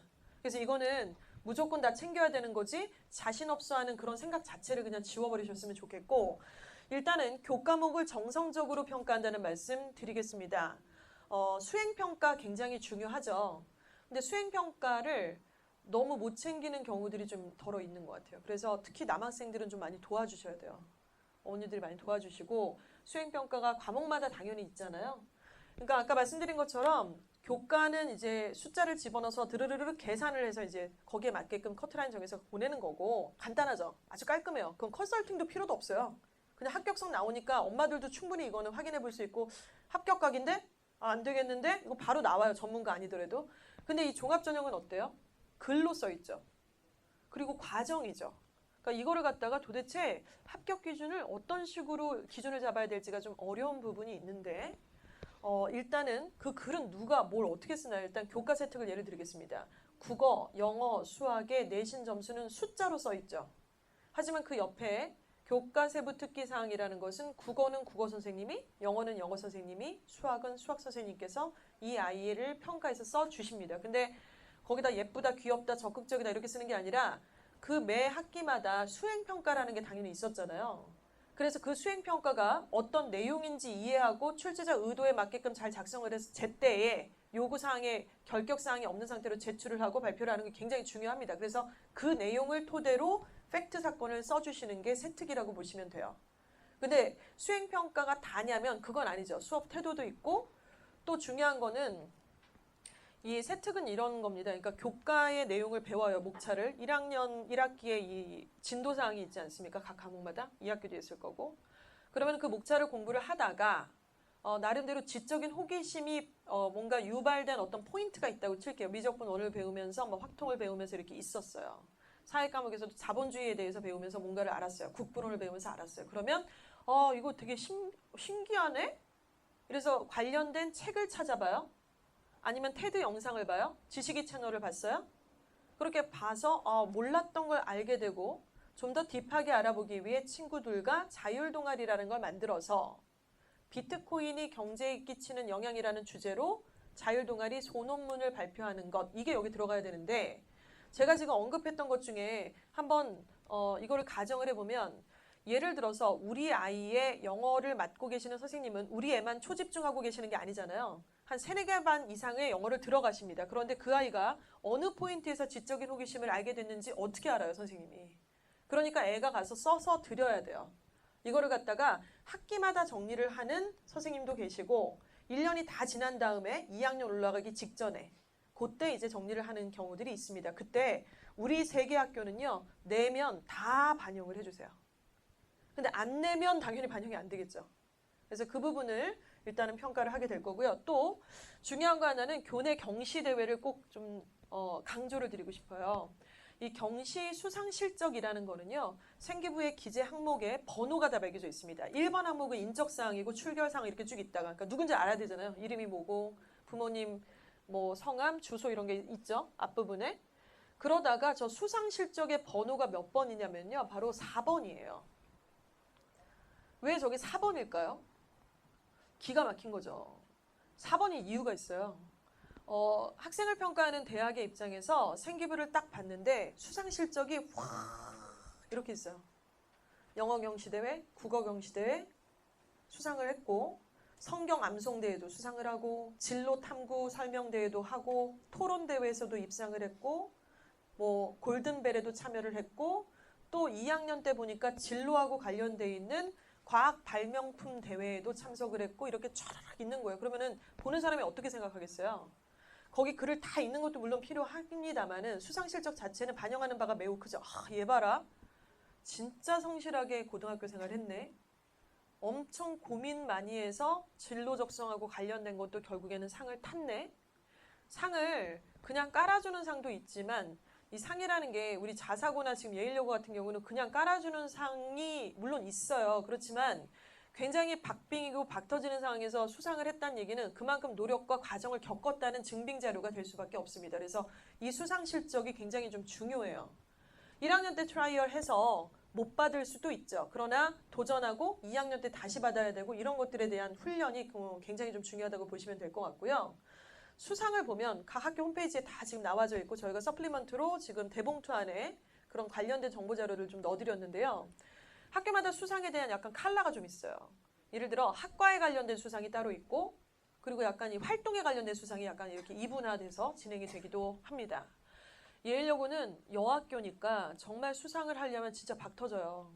특히 예일여고 다니면서 1년 동안 예일 프라이드에 관련된 상을 꼭 준비를 하셔서 반드시 타시길 노력을 하셔야 됩니다. 예일 프라이드는 진로상, 봉사상 다 이렇게 카테고리별로 나눠져 있는데 선생님은 증빙 자료를 A4 용지 2장을 하라 그러는데 애들은 150장 막 이렇게 해서 내고 예일 프라이드의 봉사상은 100시간이 아니면 명함도 못 내미는 상황이고 좀 이런 상황입니다. 그래서 대학에서는 이미 예일 프라이드상을 알고 있다고 하시더라고요. 그래서 이 부분에 대해서도 좀 생각을 해야 돼요. 그러니까 우리 고등학교의 수상에 1학기에 내 새끼가 딱 가서 따볼 만한데 이런 게 있어야 돼요. 그래서 그걸 다 체크해놓고 언제 이걸 신청하는 거고 어떻게 따는지에 대해서 같이 호흡을 해주셔야 된다는 부분이죠. 자, 그리고 독서입니다. 사실 그 독서가 굉장히 이렇게 너무 당연한 얘기 같아서 약간 그 뭐랄까요 평가절하되는 분위기가 좀 다소 있는지 모르겠습니다만은 학생의 그 진로 적합성이라든가 이런 것들을 가장 명확하게 또 잘 표현할 수 있는 게 사실은 독서예요. 그리고 서울대학교 같은 경우는 자소서 4번 항목도 독서에 관련된 항목이고요. 책에 대해서는 사실 더 이상 강조가 필요 없을 만큼 사실 학생부 종합전형에서는 독서가 매우 중요한 역할들을 합니다. 독서 이력사항에 기재하는 건 물론이고요. 자소서에서도 얼마든지 활용을 할 수가 있고요. 세특에서도 독서의 연동성은 얼마든지 보여줄 수가 있습니다. 그래서 독서를 좀 많이 챙기셔야 되는데 독서를 뭐 하나요? 독서를 하냐? 독서하기가 좀 어렵죠. 그래서 조금 중학교 때 읽었던 책들은 기재를 못하느냐 그런 이상한 질문을 하시는데 왜 못합니까? 중학교 때 필독서가 당연히 고등학교 필독서인 경우가 훨씬 더 많고 특히 영어 같은 경우는 지금 우리 친구들이 예비고일 과정에서 이주학원에서 영어도서 인증제를 2권을 했었어야 정상이에요. 그래서 했냐 안 했냐를 계속 막 닥달을 했었는데 그걸 증빙자료로 해서 지금 이번에 했던 2권의 책이 고등학교 1학년에 예일, 대성, 또 이대부고의 영어도서란에 반드시 있어야만 하는 부분입니다. 여름방학 때도 한 권 더 할 거예요. 그래서 1학기 때 2권, 2학기 때 1권 정도 이렇게 써서 낼 수 있게끔 하시면 너무 좋겠습니다. 필요하고요. 그리고 표현활동 이렇게 막 뭘 했어요. 그러고 나서 이제 거기에 대한 증빙자료 표현활동을 해야만 하겠죠. 그래서 동아리활동, 진로활동, 동아리활동은 이제 자율동아리가 있고 일반 상설동아리가 있습니다. 그렇죠? 대성고 같은 경우는 수요 동아리와 토요 동아리가 있어요. 근데 수요 동아리는 그 중에 자율 동아리도 있고 상설 동아리도 있습니다. 뭐 상설인지 자율인지가 약간 구분이 애매해지는 학교들이 상당히 더 많이 생기게 되는데 현재 자율 동아리에 대한 여러 가지 찬반 양론이 있어서 좀 말이 많은데 슬픈 건 서부학군에서 자율 동아리 자체를 모르는 경우가 너무 많다는 거죠. 왜 이게 찬반 양론이 있냐면 자율 동아리 너무 중요하니까 사교육의 손을 너무 탄다 이거예요. 자율 동아리가. 그래서 이거는 너무나 대학 입시에서 좀 불이익이 있다 보니 이거를 아예 없애자라는 의견들이 나와서 지금 이게 굉장히 좀 이슈화되고 있지 않습니까? 근데 그거는 지금 여러분들 해당이 아니에요. 중3부터예요. 근데 이렇게 뜨거운데 그게 뭐야? 이제 이러고 있으면 웃기는 거지. 우리는 무조건 자율동아리 해야 돼요. 자율동아리 주제를 잡고 해야 되는데 감사한 것은 지금 예일대성 이대부고는 자율동아리는 굉장히 활발하게 진행이 돼 있습니다. 여기서 일단은 지도교사 선생님을 잘 만나는 게 좀 중요한데요. 키맨이 될 만한 선생님들에 대한 팁도 조금 드릴 수 있는 부분이 좀 있을 것 같아요. 그래서 이것도 일단은 좀 생각을 하셔야 되고 마지막에는 이제 담임 종합 의견입니다. 담임하고 진짜 잘 지내야 돼요. 담임 선생님한테. 그래서 아이들이 다 성격이 제각각이고 우리 서부학군 친구들은요. 다 너무 착해요. 너무 착하고 정말 진짜 너무 예쁘죠. 진짜 싸가지 없는 애가 없어요. 진짜로. 근데 그럼에도 불구하고 엄마 나는 담임쌤 날 싫어해? 나만 미워해? 이유가 있겠죠. 뭔가 미울 짓을 했겠죠. 그러니까 엄마가 거기서 편들어 주시는 것도 물론 필요합니다만은 뭐가 이유가 있을 거예요. 선생님이 왜 애를 왜 미워해요? 선생님이. 얘가 뭘 잘못했으니까 그러겠죠. 선생님하고 얘들아 완전 관계를 좋게 해야 돼 진짜. 근데 선생님이 누굴 예뻐할까? 예린아 선생님이 어떤 애를 예뻐할 것 같아? 예쁜 애? 잘생긴 애? 그런 거 안 예뻐하고요. 수업 시간에 상모 돌리지 않는 애. 수업 시간에 겁나 상모를 돌려. 풍물패 왔는 줄 거의. 한 번도 아니고 그냥 매번 상모를 돌리고 앉았고 내 수업 시간에 딴 숙제하고 앉았고 어이없게 45도 각도 딴 데 창문 쳐다보고 앉았는데 어떻게 예뻐요 그게. 그 뭐 내라 그러면은 뭐예요 언제까지 이러면 어떻게 예뻐 그게. 근데 선생님 막 뭐라도 질문도 하려고 그러고 뭐 내라 그러면은 일바로 좀 째깍째깍 갖다 내려고 그러고 뭔가 역량은 안 되지만 해보려고 그러면 얼마나 예뻐요. 귀엽고 착하고 필기하고 뭐 이러면은. 그러니까 다른 게 필요 없어요. 뭐 이렇게 갖다 드려야 되고 이런 거 김영란법 때문에 애들이 요즘에 선생님한테 뭐 드리지도 못하잖아요. 그러니까 저희 친한 언니가 고등학교 선생님인데 애들이 지나가서 초콜릿을 책상에 이렇게 던지고 간대요. 그래서 너 지금 뭐 하는 거야 선생님한테. 김영란법에 걸리니까 이렇게 던지고 간대요. 무심한 듯. 그래서 완전 파한대소했다고 그러는데 그런 건 크게 중요하지 않고 사실은 또 엄마 아빠가 해줄 수 없는 역할이기도 한 것 같아요. 근데 분위기는 일단은 굉장히 중요한데 왜 이런 말씀을 드리냐면 우리 생기부에 아까 4번 항목이 수상실적이었죠. 거의 시작이 수상실적인 것 같습니다. 중요한 항목 중에서는. 근데 마무리는 뭐냐면 담임 종합의견이에요. 담임 선생님이 체육 선생님일 수도 있죠. 뭐 기가 선생님일 수도 있죠. 한문 선생님일 수도 있어요. 그리고 또 맨파워상 우리 선생님은 사실 한문이면 한문의 세특만 써주시는 거지 뭐 그 선생님께서 다른 선생님한테 가서 우리 반에 얘 국어도 좀 잘 써줘 신경 써줘 이거 좀 약간 오버하는 거예요. 그렇게 할 수도 없고 그런 분위기도 아니고 다만 그렇지만 담임 선생님의 과목이 무엇이든 간에 담임 종합 의견은 담임 선생님이 써주십니다. 그리고 굉장히 그 항목은 중요한 요인이에요. 담임 종합 의견은 그냥 썰풀이가 아닙니다. 그 안에는 카테고리가 정해져 있어요. 배려, 인성, 진로 이런 내용들에 맞춰서 다 거기에 맞는 항목을 써주시는 거예요. 그래서 이 부분을 좀 생각을 하셔야 되고 저는 그래서 어머님들께서 지금 이제 고등학교쯤 되면은 왜 학교에 찾아가시는 게 좀 부담스럽잖아요. 그리고 실제로 학교에서도 어머님들 오시면 안 좋아해요. 제가 가보니까 되게 싫어하시더라고요, 진짜로. 근데 싫어하든지 말든지 그게 중요한 건 아닌 것 같아요. 일단 우리 아이를 잘 모르시는 상태에서 이 아이의 특성이라든가 이런 것들을 좀 약간 공감대 형성하실 필요가 있고 또 제일 중요한 게 1학기 말 그리고 2학기 말에 한 번씩 가셔야 돼요. 오지 말라 그래도 가시는 게 저는 중요하다고 생각하고 그 가는 거를 굉장히 좀 이상하게 생각하실 필요는 좀 없습니다. 그래서 이 부분 조금 강조드리고 싶은 부분이에요. 선생님한테 진짜 잘해야 돼, 종현아. 선생님이 팔꿈치로 혀를 하타박으로 해야 돼. 앞구르기 해박으로 뒷구르기도 하겠습니다. 이렇게 해야 돼. 진짜로. 그리고 저희가 이거 되게 잘하는 애가 있는데 지금 조교하고 있어요. 조교하고 있는데 너무 누가 봐도 너를 누가 안 예뻐하겠냐 이런 애예요. 남자애인데 속에 아줌마가 하나 들어있어. 남자애들 그런 거 못하거든요. 근데 얘는 선생님 제가 이걸 들어다 드리겠습니다. 선생님 제가 저희 반에 조율하는 뭐 부장이 심지어 학원에서 선생님 제가 저희 고3반에 담임입니다. 아무도 임명도 안 해줬는데 지가 담임. 그래서 자기 합격해서 자기가 일찍 학원을 그만뒀는데 선생님 제 후임은 얘로 제가 임명했습니다. 이러고 너무 그 선생님의 엄청난 서포터였대요. 얘는 학교에서 충암고에서. 안 예뻐할 수가 없는 거예요. 공부를 떠나서 그런 어떤 태도나 적극성 이런 것들이 조금 필요한데요.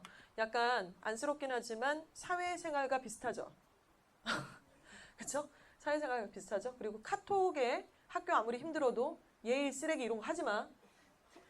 미쳤냐 진짜? 카톡 관리 잘해라. 그 앞에 대문짝에다가 막 이상한 푸사에다가 막 이상한 거 쓰지 말고 정말로 약간 학교에 대한 애교심이 느껴지는 이런 부분들의 어필이 좀 필요한 것이죠. 자, 그래서 학생부 종합전형은 아까 말씀드린 수상 실적부터 해서 담임, 종합, 의견까지가 다 매우 중요한 요소라고 말씀을 드렸는데요. 저희가 이제 굉장히 좀 빨리 지나갈 거예요. 3월하고 4월하고 5월하고 6월 딱 끝나잖아요. 그럼 7월이 되면 기말이 끝남과 동시에 모든 과목은 아니지만은 우리 예일에서 또 대성에서 이대부고에서 어떤 과목들의 독서 이력 사항을 내라고 딱 얘기를 하세요. 그때 과목마다 모든 과목은 아니지만 사회 과목은 먼저 내래, 수학은 먼저 내래 뭐 이래요. 독서만 내라는 게 아니라 세부 특기 사항도 내라고 요청을 딱 들어옵니다. 근데 참 너무 웃긴 거는 예를 들어 예일이 여기 똑같은 학년이 30명이 다니는데 그걸 저희한테 얘기하는 애는 10명이고 나머지 20명은 모른대요. 그러니까 여자애들도 왜 남자 같은 애들이 있잖아요. 또 세상 혼자 사는 애들 옆이 어떻게 펼쳐지고 있는지 관심도 없고 약간 그런 애들이 있다는 거죠. 그래서 그러다 보면 우리는 얘기 안 했는데 그럴 리가 없거든요. 그럴 리가 없는데 몰라서 안 쓰는데 그 시즌이 딱 되면은요. 이주아 어학원에는 우리 김승현 학생 딱 치면은 구글 드라이브가 있습니다. 개인 폴더가 있고요. 그 폴더 안에 딱 들어오게 되면은 교과서 특기사항을 이렇게 써서 저희가 폴더를 다 만들어놨어요. 생각보다 많은 정보들이 있고 그럼 얘가 여기다 쳐요. 선생님한테 어필해야 되잖아요. 자기가 무슨 책을 읽었고 어떤 지적 호기심을 알게 됐으며 그래서 어떤 활동들을 했고 몰랐던 걸 알게 됐고 친구들과 같이 대화 뭐 이렇게 서로 보완하면서 발표를 서로 도와줌 이런 게 있어야 되는데 그런 걸 얘가 쓰면 애들이 잘 쓸까요? 써본 적이 없어서 잘 못 써요. 막 이상한 말을 써요. 적극적으로 참여함, 친구한테 가르쳐줌 이런데 가르쳐줌? 완전 금기단어예요. 네가 뭔데 누굴 가르쳐? 친구들과 같이 알아봄, 서로 역할을 통해서 설명을 해보기로 함, 뭐 이런 식의 것들이 좀 필요한데 이렇게 쓰면 저희가 그런 내용들을 무에서 유로 만들어주는 게 아니라 첨삭을 해드리는 거예요. 필요한 얘기들을 덮고 근데 그 첨삭의 내용은 조금 딥하게 들어가요. 그래서 이렇게 해서 그거를 갖다가 학교에 내는 거죠. 이게 언제냐고요? 기말고사 끝나고 방학 직전까지. 그때 홍대 가고 랜드 에버랜드 가고 막 설빙 가고 막 하루는 그럴 수 있다고 친다. 근데 뭐 수능 끝난 것처럼 그냥 3, 4일을 쳐 놀고 앉았고 이러면 안 돼요. 그때 딱 빠릿한 애들은 어떻게 하냐면 개인 랩탑이 고등학생들은 하나씩 있어요. 초경량으로 이제 가방에 쏙 들어가게끔 하나씩 보드를 사주실 수밖에 없을 거예요. 그래서 저희도 이제 작년에 중간에 하나를 사줬는데 왜냐면 이런 증빙 자료들을 한꺼번에 몰빵해서 쓸 수가 없거든요. 그래서 이거를 다 정리를 해서 계속 누적을 해놨다가 그거를 이제 썰풀이를 하고 뭐 이렇게 하는 건데 좋은 실적이 난 애들은요, 그러니까 거의 이거를 갖다가 거의 밤에 한 15분씩 정리를 하는 거예요. 무슨 정리, 뭐 이렇게 과목마다 들어와서 15분씩 정리를 하고 딱 들어가서 자고, 15분씩 정리하고 딱 들어가서 자고. 그럼 여기다 이제 정리를 하면은 저희가 그때그때 거의 한 24시간 안에 첨삭을 해요. 그래서 이번에 이제 서울대 간 수진 선배 같은 경우도 거의 이거를 굉장히 열심히 많이 했고요. 정말로 뭐, 굉장한 과정들이 좀 있었습니다. 그런 부분들을 좀 충분 활용하셨으면 좋겠다는 생각이 들고. 네, 그래서 우리 세계학교는 생활기록부 정리를 한번 정리를 해보도록 하겠습니다. 생활기록부 어떻게 정리할 거냐면 일단 독서활동, 교과세부 능력을 학기별로 정리를 하셔야 돼요. 한꺼번에 1년 거 토탈로 못해요. 그렇게 했다가는 사실 좀 안 맞아요. 급하게 하게 되고 그 마감 시점이 있기 때문에 좋은 퍼포먼스가 나오기가 어렵고 실제로 특정 과목들은 1학기 말에 종료를 해버리는 학과도 있어요. 2학기 때 다시 쓰고 1학기까지 거의 내용을 정리하고 끝! 2학기 거 다시 쓰고 이런 것들도 있습니다. 그리고 모든 과목을 애들 보고 써오라고 하는 게 아니라 어떤 과목은 선생님께서 내가 쓸 거니까 건들지 마. 뭐 이런 과목도 있어요. 예일여고 1학년 뭐 사회 과목 같은 경우는 선생님이 다 알아서 써주시더라고요. 그런 거는. 그리고 학기 말 이후 수정 및 보완을 하는데 이게 대박이죠. 저는 이것 때문에 대성 예일 이대 보고 보내셨다고 생각을 하는데 수정해달라고 그랬을 때 별로 그거를 싫어하지 않으세요. 다른 학교는 어느 정도냐면요. 못하게 아예 수정을. 예를 들어 이거 제일 못하게 하는 학교가 어딜 것 같으세요? 수정 안 해줄 거야? 교권 침해야? 어딜 것 같으세요? 가재울, 상암, 은평. 왜일까요? 세 학교의 공통점. 공립이잖아요. 공립이고 선생님들은 4년에 한 번씩 바뀌어요. 그분들은 정말 레알 공무원이잖아요. 이런 상황이다 보니 학교의 학생부 종합적인 그 축적된 노하우가 있기가 힘들죠. 아무래도. 그래서 학사 일정을 보면 되게 재밌는 것이 저 교과세부 특기사항을 제출을 하라고는 해요. 그런데 딱 하루를 줘요. 내일까지 내. 그리고 12월 말까지 종료할 거야. 끝! 더 그 이후에 갖다 놓으면 안 써줘요. 절대로 안 써주고 뭐 이런 감나라 배나라 니네가 할 게 아니다. 그러는데 예일, 이대부고 대성 언제까지? 2월 말까지. 몇 번? 10번이면 10번, 20번이면 20번. 심지어 재작년인가요? 작년 같은 경우는 2학년 이과 애들을 예일여고에서 이제 2월 말에 다 썼는데 교장 선생님 보고 이게 별로라고 느끼던 다 다시 써. 교장 선생님 백도 다시. 이렇게까지 해갖고 정말 여러 번의 수정 과정을 거치게끔 하는 것이 자연스러운 학교라는 것입니다. 이걸 이용을 하셔야 돼요. 그렇기 때문에. 근데 한 번 쓰고 말고 자기가 알아서 썼다 그러는 거는 사실 조금 아쉽잖아요. 그럴 필요는 없을 것 같아요. 많은 수정과 찾아가기, 선생님과의 교류가 계속 중요하고 계속 찾아가는 거 바람직해야만 합니다. 근데 선생님하고 사이가 좋아야지 선생님 써주고 하지. 네가 숙제도 안 해오고 뭐 책도 맨날 안 갖고 오고 막 이러고 앉았는데 선생님한테 때 돼갖고 저 좀 써주세요. 그럼 써주겠냐? 나래도 안 써주겠다. 그래서 안 써줄 땐 이유가 있어요. 그러니까 그런 관계들에 대한 개선이 좀 필요하다는 말씀을 드리는 거고요. 자, 이렇게 해서 만들었다고 칠게요. 자, 그러면은 빅픽처, 우리 자소서의 문항들을 한번 공부하고 넘어가도록 하겠습니다. 첫 번째 문항은요, 공통 과목이에요. 3개가 다. 모든 대한민국의 대학들이 학생부 종합이나 어찌됐건 자소서를 요구하는 대학들은 이 3가지 항목을 필수적으로 공통 질문으로 삼고 있습니다. 첫 번째, 고등학교 재학 기간 중 학업에 기울인 노력과 학습 경험에 대해서 배우고 느낀 점을 중심으로 기술해 주시기 바랍니다. 이거를 그냥 간단하게 얘기하면 자기주도 학습에 대한 내용을 써라 이거예요. 근데 이렇게 얘기하니까 오해를 하는데 플래너를 만들고 부족한 과목에 대해서 학원을 다니고 복습을 했고 땡 완전 땡 그걸 물어보는 게 아니에요. 대학이 알고 싶은 건 한 가지밖에 없어요. 우리 대학, 우리 학과를 지원하기 위해 너 고등학교 때 뭐 했냐? 이거예요. 네가 플래너 만들었는지 앙궁, 진짜로. 안물. 플래너고 나발이고 다 필요 없고 정말로 너가 우리 기계공학과를 네가 지원하기까지 고등학교 1학년, 2학년, 3학년 1학기까지의 과정에서 어떤 과목들을 공부하면서 어려웠던 점을 어떻게 극복을 했는지를 알겠다라는 거예요. 어디서 도대체 너는 기계공학과라는 그런 어떤 출발점을 찾았니? 그래서 그 과목을 어떻게 공부를 했니? 이걸 알고 싶다는 거죠. 그래서 그 포인트를 좀 이해를 하셔야 되고요. 두 번째는 고등학교 재학 기간 중에 본인이 의미를 두고 노력했던 교내 활동입니다. 그 활동에 대해서 배우고 느낀 점을 중심으로 3개. 3개를 쓰라 그러는데 2개를 쓰면 되겠어요? 말이 돼요? 3개를 쓰라 그러면 3개를 써야지. 4개를 써도 시원찮을 바에 3개 쓰라니까 3개 써야 됩니다. 3개를 쓰고 기술해 주시기 바랍니다. 교외 활동 중에서도 학교장의 허락을 받고 참여한 활동은 포함이 됩니다. 1500자 이내 이랬습니다. 그럼 여기 뭐가 있을까요? 이를테면 동아리 활동, 뭐 봉사활동, 자율활동, 축제 참여한 거, 수행평가한 거 다 여기에 들어갈 수 있어요. 대신 그냥 묻지마 활동을 얘기하는 게 아니에요. 다시 말씀드리겠습니다. 대학에 관심 있는 건 딱 한 가지밖에 없어요. 우리 학교, 우리 학과에 너 지원하기 위해 고등학교 때 무슨 활동했어? 그거 물어보는 거예요. 지금 2학년 2번이. 그러면 전공하고 관련 있는 그 활동을 얘기를 해야지. 네가 축제 가서 재밌어서 춤춘 걸 여기다 쓰면 되겠냐? 어이가 없는 거지. 북한에서 왔냐? 뭐 이런 느낌이야. 어떻게 일도 모르니? 이런 느낌이죠. 세 번째는요. 학교 생활 중 배려, 나눔, 협력, 갈등 관리 등을 실천한 사례들을 들고 그 과정을 통해 배우고 느낀 점을 기술해 주시기 바랍니다. 인성이죠. 인성을 보겠다는 겁니다. 그래서 담임 종합 의견이 연루성이 있을 수밖에 없어요. 자율활동도 여기 연루성이 있을 수밖에 없고 동아리 활동도 뭐 갈등도 있고 하니까 그 활동도 여기에 있을 수밖에 없습니다. 그래서 이 3개 항목은 다 읽어보고 공부하잖아요. 기가 막혀요. 그러니까 이거를 몇 번을 고치겠어요, 나중에. 진짜 나중에 고치다 토 나온대요.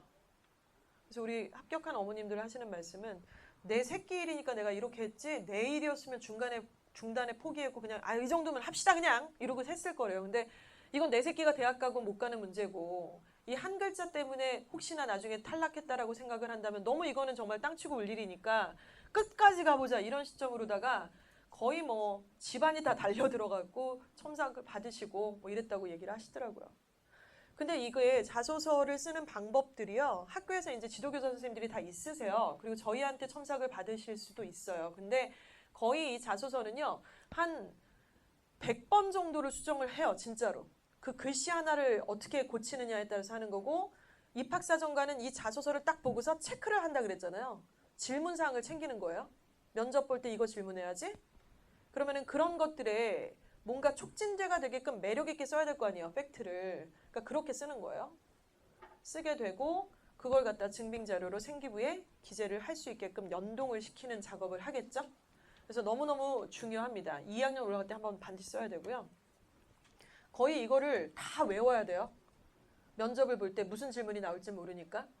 면접은 뭐 학교마다 조금 다릅니다만은 학생이 한 명 들어가 있으면 교수님이 한 3분, 그래서 한 5분에서 7분 정도를 질문을 하죠. 질문은 당연히 이 자소서를 기반으로 해서 하는데 교수님이에요. 상대는 고등학교 졸업도 안 한 고삐리. 얘랑 교수님 3분이 얘 서류 다 검토하고 왔는데 7분이면 다 털립니다. 안 읽은 책 읽었다고 뻥치고 얘기하다가 당연히 털리죠. 그런 현장에서 만약에 저라도 떨릴 것 같아요. 교수님.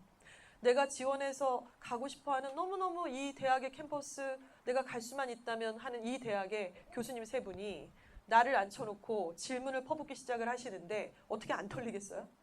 그래서 이 부분 되게 중요하고 독서사항 이런 것들도 만약에 허위로 딱 나오는 순간 바로 아웃됩니다. 그래서 이런 것들도 좀 생각을 해야죠. 그래서 이건 정말 총체적인 어떤 과정에 대한 평가예요. 그리고 너무나 사실 좀 훌륭한 것 같아요. 잘 할 수만 있다면. 자, 그리고 교과서부 듣기 사항에 대해서 기재를 하면 첨삭을 해주겠다라는 말씀을 드렸는데 막상 쓰라 그러면은 애들이 뭘 어떻게 써야 될지를 너무 난감해하죠. 어떻게 써야 될지를 몰라서 지금 뭐 핵심이 없는 얘기를 많이 쓰기도 하는데요. 저희 이주와 어학원에는 그 여러 가지 그 통로의 어떤 출구들이 좀 있습니다. 일단 홈페이지가 있고요. 그리고 밴드에 가입이 다들 되어 계셔야 정상이시고요. 그리고 고등부 카페가 있어요. 네이버 고등부 카페가 있는데 이걸 잘 많이 모르시는데 이주와 어학원 홈페이지 들어가시면 카페는 연동이 되어져 있습니다. 바로 들어가셔서 로그인 하시면 되는데 여기에는요. 밴드보다도 좀 더 무겁고 중요하고 조금 더 길고 자세한 정보들이 다 매일같이 업데이트가 된다고 보시면 돼요.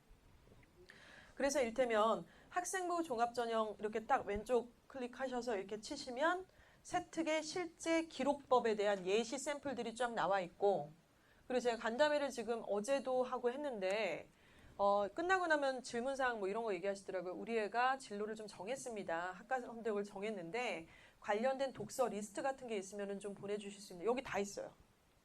자율동아리 중요하다는데 자율동아리 주제를 여기 다 있어요.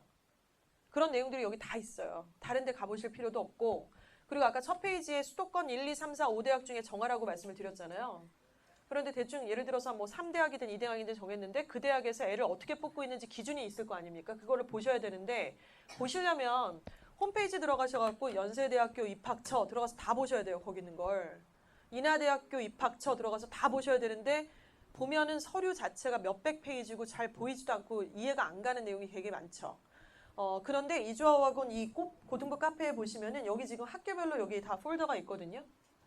그러면 여기 이제 입학처에 있는 기본적인 입학 전형도 물론 있지만은 이 학교의 실제 사례로 합격한 아이의 자소서 샘플, 그리고 합격한 아이가 생기부에서 얘기했던 내용들, 또 합격의 어떤 그 내신의 합격 발표 내신 선들, 이런 것들이 다 업데이트가 되고 있는 거예요. 그래서 여러 군데를 보실 게 아니라 여기 들어가서 이렇게 보시면 되는 거죠. 그래서 이거는 저희가 승인을 해야지 보실 수가 있는데, 이유는 전국에 있는 굉장히 많은 입시 관련된 분들이 너무 많이 들어오세요.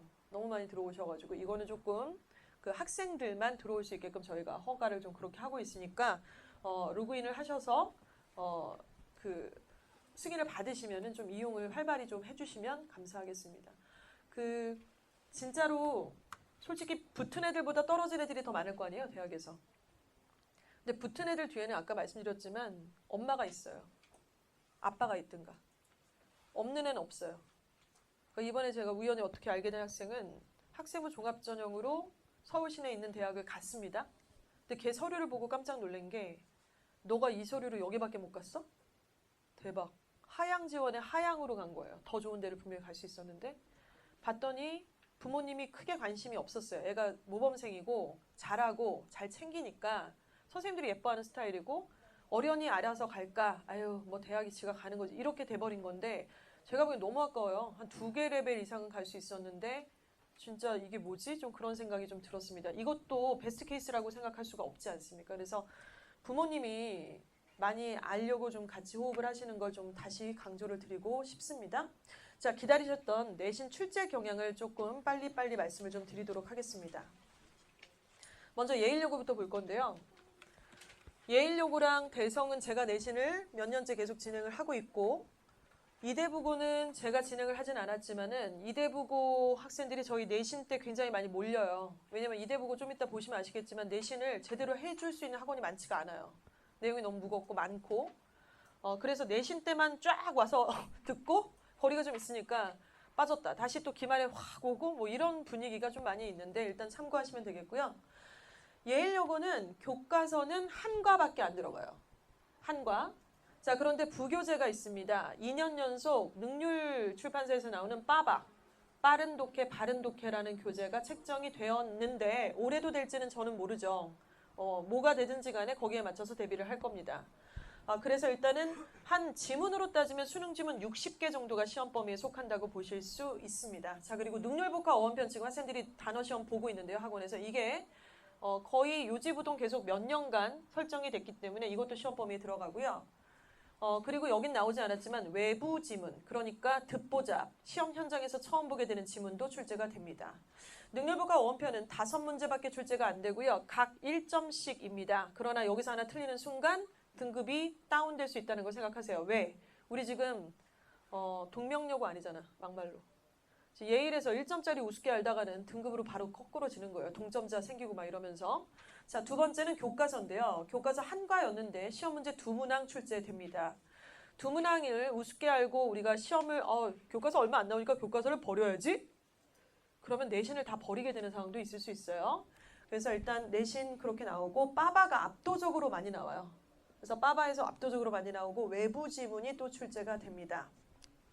작년부터 생긴 현상은 중간고사 때는 서술형 주관식이 전혀 나오지 않아요. 그 전년도하고 또 바뀐 거죠. 그리고 기말 때는 서술형 주관식이 포함이 됩니다. 그러니까 이걸 좀 생각하셔야 되고요. 그러니까 올 객관식으로만 나오는 거예요. 중간고사 때는. 기말 때는 서술형이 포함이 되고요. 그런데 저는 대성하고 예일을 두 학교를 제가 작년 내내 계속 그 내신을 맡으면서 느낀 거는 예일이 더 어렵다라는 결론이에요. 이유가 뭐냐면 그 전년도만 해도 그 빠바지문 60개를 그냥 다 통암기를 해야 돼요. 사실 다 완벽하게 암기를 해야 돼요. 뭐가 나올지 모르니까 문법도 암기하고 내용도 암기하고 요 문장이 어디에 있었지 위치까지 다 외워야 돼요. 순서 배열이 나오니까. 그리고 서술형 주관식도 나오기 때문에 영작은 물론이고 거의 다 완전 미친 듯이 암기를 해야 되는데 작년에 물론 그 전년도에도 그런 현상이 조금은 있었습니다만은 지문 자체가 똑같이 나오지를 않고 완전히 간접 변형을 해서 지문이 다 바꿔치기해서 나왔어요. 거의 한 지문에 70% 이상이 다 바꿔치기해서 선생님들이 다 영작을 해버린 거예요. 주제는 똑같은데. 그러니까 애들은 어떻게 했어요? 시험 기간 내내 한 달 동안 다 암기를 하고 시험을 보고 달달달달달 해서 막 이렇게 했는데 시험 현장에 갔더니 자기가 모르는 문제가 막 확 나오게 되는 거죠. 그래서 애들이 그렇게 얘기해요. 선생님 외우는 거 필요 없대요. 담임 선생님이 그러셨어요. 영어 외워봤자 아무 소용 없대요. 아무 소용 없진 않아요. 잘 보는 애들은 다 암기해요. 그래서 무조건 다 암기를 해야 되고 그러나 기본적으로 영어 응용 실력이 없다 그러면 간접 변형 문제는 사실은 딱히 해답이 없어 보일 수 있습니다. 좀 어렵죠. 근데 이것도요. 단련이 되면 2학기 때 많이 나아져요. 그래서 포기하지 않아야 된다는 게 굉장히 중요하고 1학년 때는 또 이렇게 내는데 2학년 때 사실 또 그렇게까지 안 내거든요. 그냥 직접적으로 변형이 되기 때문에 이 부분에 대해서 참고로 조금 말씀을 드리고 싶습니다. 예일여고 내신 분석 조금 말씀을 드렸고요. 외부 지문은 작년에 사실 예일여고가 좀 애들이 재원이 되게 좋았었어요. 그래서 전교권 애들도 매우 많이 가고 과중반이 또 처음으로 생겼던 해였기도 하고요. 내신 따기 너무 힘들어갖고 1학년 딱 끝나고 겨울방학 끝나고 다시 애들이 복귀했더니 과중반에 10명이 전학을 갔대요. 그래가지고 내신이 더 너무 힘들어져서 또 전학 얘기가 왔다 갔다 하는데 전제는요. 전학은 없습니다. 여기로 시작을 하셔야 될 것 같고 어찌됐건 외부 지문은 변별을 키우기 위한 시험인데요. 고3 혹은 EBS 연계교재 그러니까 딱 고3이죠. 실전 기출 정도의 난이도에서 5문제 혹은 7문제 정도가 출제가 되고요. 그 문제들은 당연히 어법 문제 안 나와요. 이거는 빈칸 추론이라든가 순서 배열이라든가 이렇게 좀 난이도가 있는 애들이 제일 잘 틀리는 유형들을 출제를 하게 됩니다. 예, 뭐 이렇습니다. 그래서 실제로 시험 보고 나면은 수행평가 딱 빼고 중간고사 1학년 1학기 영어 내신의 평균 점수를 보면은 40점대, 38점대 뭐 이래요. 되게 어렵죠. 그리고 예일여고 수행평가를 간단히 보시면은 일단 에세이를 1년에 2번 써야 됩니다. 이거를 굉장히 좀 중요하게 생각을 하셔야 되고요. 에세이는 저희한테 다 첨삭받고 쓰셔야 돼요. 그래서 쓰라고 하면은 딱 디데이 나오면 내일까지 내야 된대요. 그리고 밤 12시에 주고 이러면 진짜 안 해줄 거야. 최소 이틀, 3일 정도는 주셔야 첨삭도 하고 네가 또 그걸 다 외워야 돼. 외워서 그거를 3분 안에 발표를 해야 된단 말이지. 그래서 이거를 갖다가 2분이네요. 14에서 20행, 이 포맷이 딱 정확하게 나와요. 홈페이지에 나와 있는 상태고요. 국어, 수학, 과학, 사회. 수학은 무조건 UCC를 하나 만들어야 돼요. 친구들끼리 팀플을 만들어갖고 소재를 잡아서 UCC를 하나 만들어야 되는데 이 부분 수행평가에 굉장히 다채롭게 잘 기재가 돼 있게 만들 겁니다. 그래서 신경 쓰시고 좀 보시면 될 것 같고요. 자, 그리고 대성고등학교 내신 출제 경향 같이 보도록 하겠습니다. 대성 일단은 서술형 주관식은 단 한 문제도 출제되지 않습니다. 중간고사, 기말고사 다. 기쁘죠? 여기까지만 딱 들으면. 그리고 모의고사는 6개 세트가 시험 범위에 속하게 돼요. 6개 세트. 교과서가 그렇다고 안 들어가냐면 2가가 들어가는데 교과서 문제는 2가가 들어가지만 한 과에서 문제가 다 나와버리는 경우도 있었고요. 어찌됐건 그렇습니다. 자, 그리고 투지 영단어라는 그 영어 단어집이 딱 설정이 돼요. 지금 혹시 뭐 정해진 거 있니? 아직 없어? 아직 없어? 몰라? 아직 없다 그러더라고 어저께도. 근데 투지형 단어가 2년 연속 선정이 됐었고 투지형 단어가 대성고등학교 교사 선생님이 지필진에 있어서 저 교재가 선택이 됐다고 해요. 그 부교재도 마찬가지고 그래서 아무튼 저 단어집이 출제가 되죠. 듣기가 잘 들어. 지금 중요한 얘기할 거야. 대성 어디 있어? 중요한 얘기할 거야. 잘 들어. 듣기가 15문제가 출제가 돼요. 그런데 이 듣기 범위는 어디 있어요? 모의고사 6개 세트가 있잖아요. 그럼 6개의 17문항씩의 듣기 스크립트가 다 있을 건데 그게 시험 범위예요. 그리고 시험 기간에 학원에서 이거 대비 못 해줍니다. 이유는 좀 이따 말씀드릴 거예요. 그래서 네가 들어야 돼. 문제가 똑같이 나오는 게 아니에요. 음원은 똑같이 나오죠. 원어민을 또 사서 음원을 뭐 다시 녹음할 일 있냐? 그 음원을 똑같이 할 건데 문제를 바꿀 거예요. 근데 문제를 바꾸는데 어떤 문제 유형이냐면 거의 다 쉬운 거 다 빼고 약간 어려운 유형들 이런 것들을 골라냈기 때문에 이걸 해야 되는데 듣기 음원 파일이 그러니까 6개가 있고 제가 분명히 말씀드렸어요. 시험 기간에 대비 못 해줘요. 그렇기 때문에 등하굣길에 토 나와도 들으면서 다녀야 돼.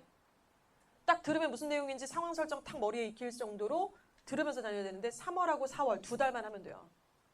알았냐? 여기서 틀리는 순간 등급 4로 떨어집니다. 진짜로. 여기선 실점이 없어야 되는 부분이에요.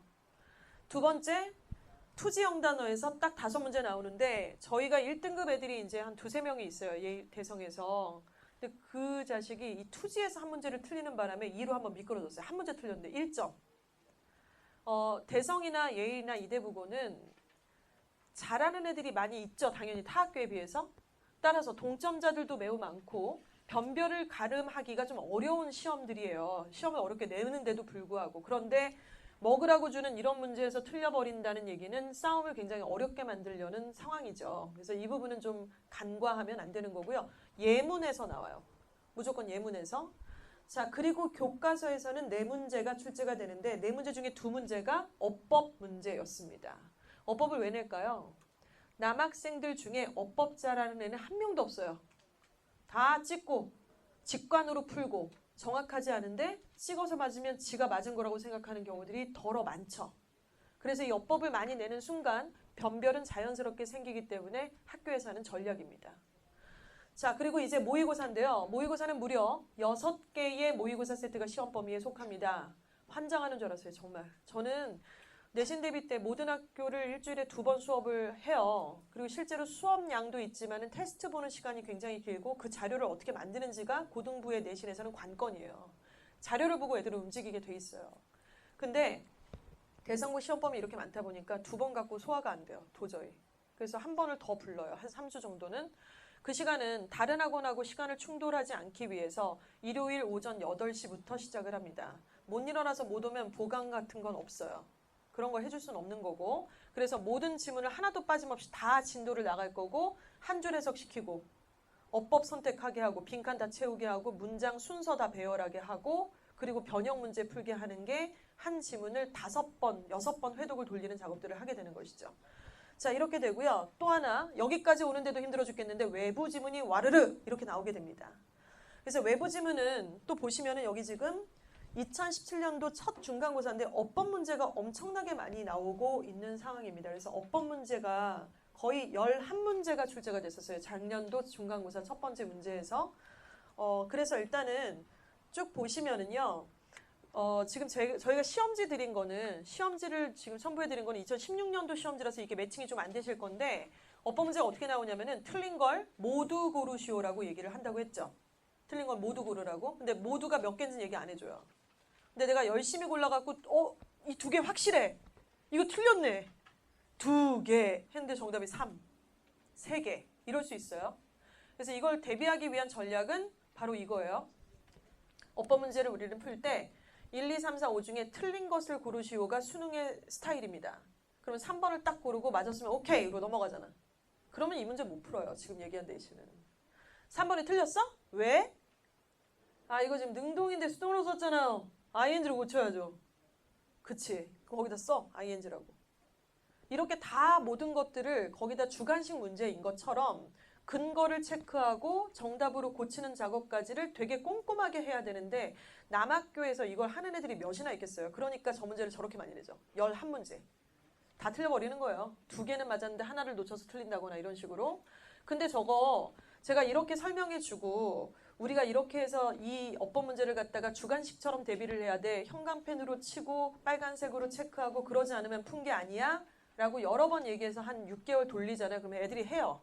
잘 하는데 그냥 약간 자꾸 애들 풀라 그러면 이러잖아요. 남자들. 야 이거 문제 풀어. 풀었는데요. 채점의 새끼야. 채점했는데요. 채점했으면 틀린 거를 맞게 고쳐야 될 거 아니야. 어떻게 해요?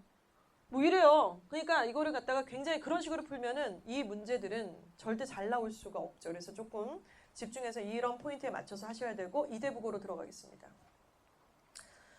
이대국어를 일단 보면 교과서 두가 이대국어가 왜 어렵냐면요. 시험 범위가 너무 많아요. 부교재만 3권이에요. 부교재만 3권이고 솔직히 말씀드려서 되게 부담스러워요. 이대국어 내신을 제가 선생님들한테 드릴 때는 이대국어 내신을 드리는 대신에 다른 학교 2개를 빼야 돼요.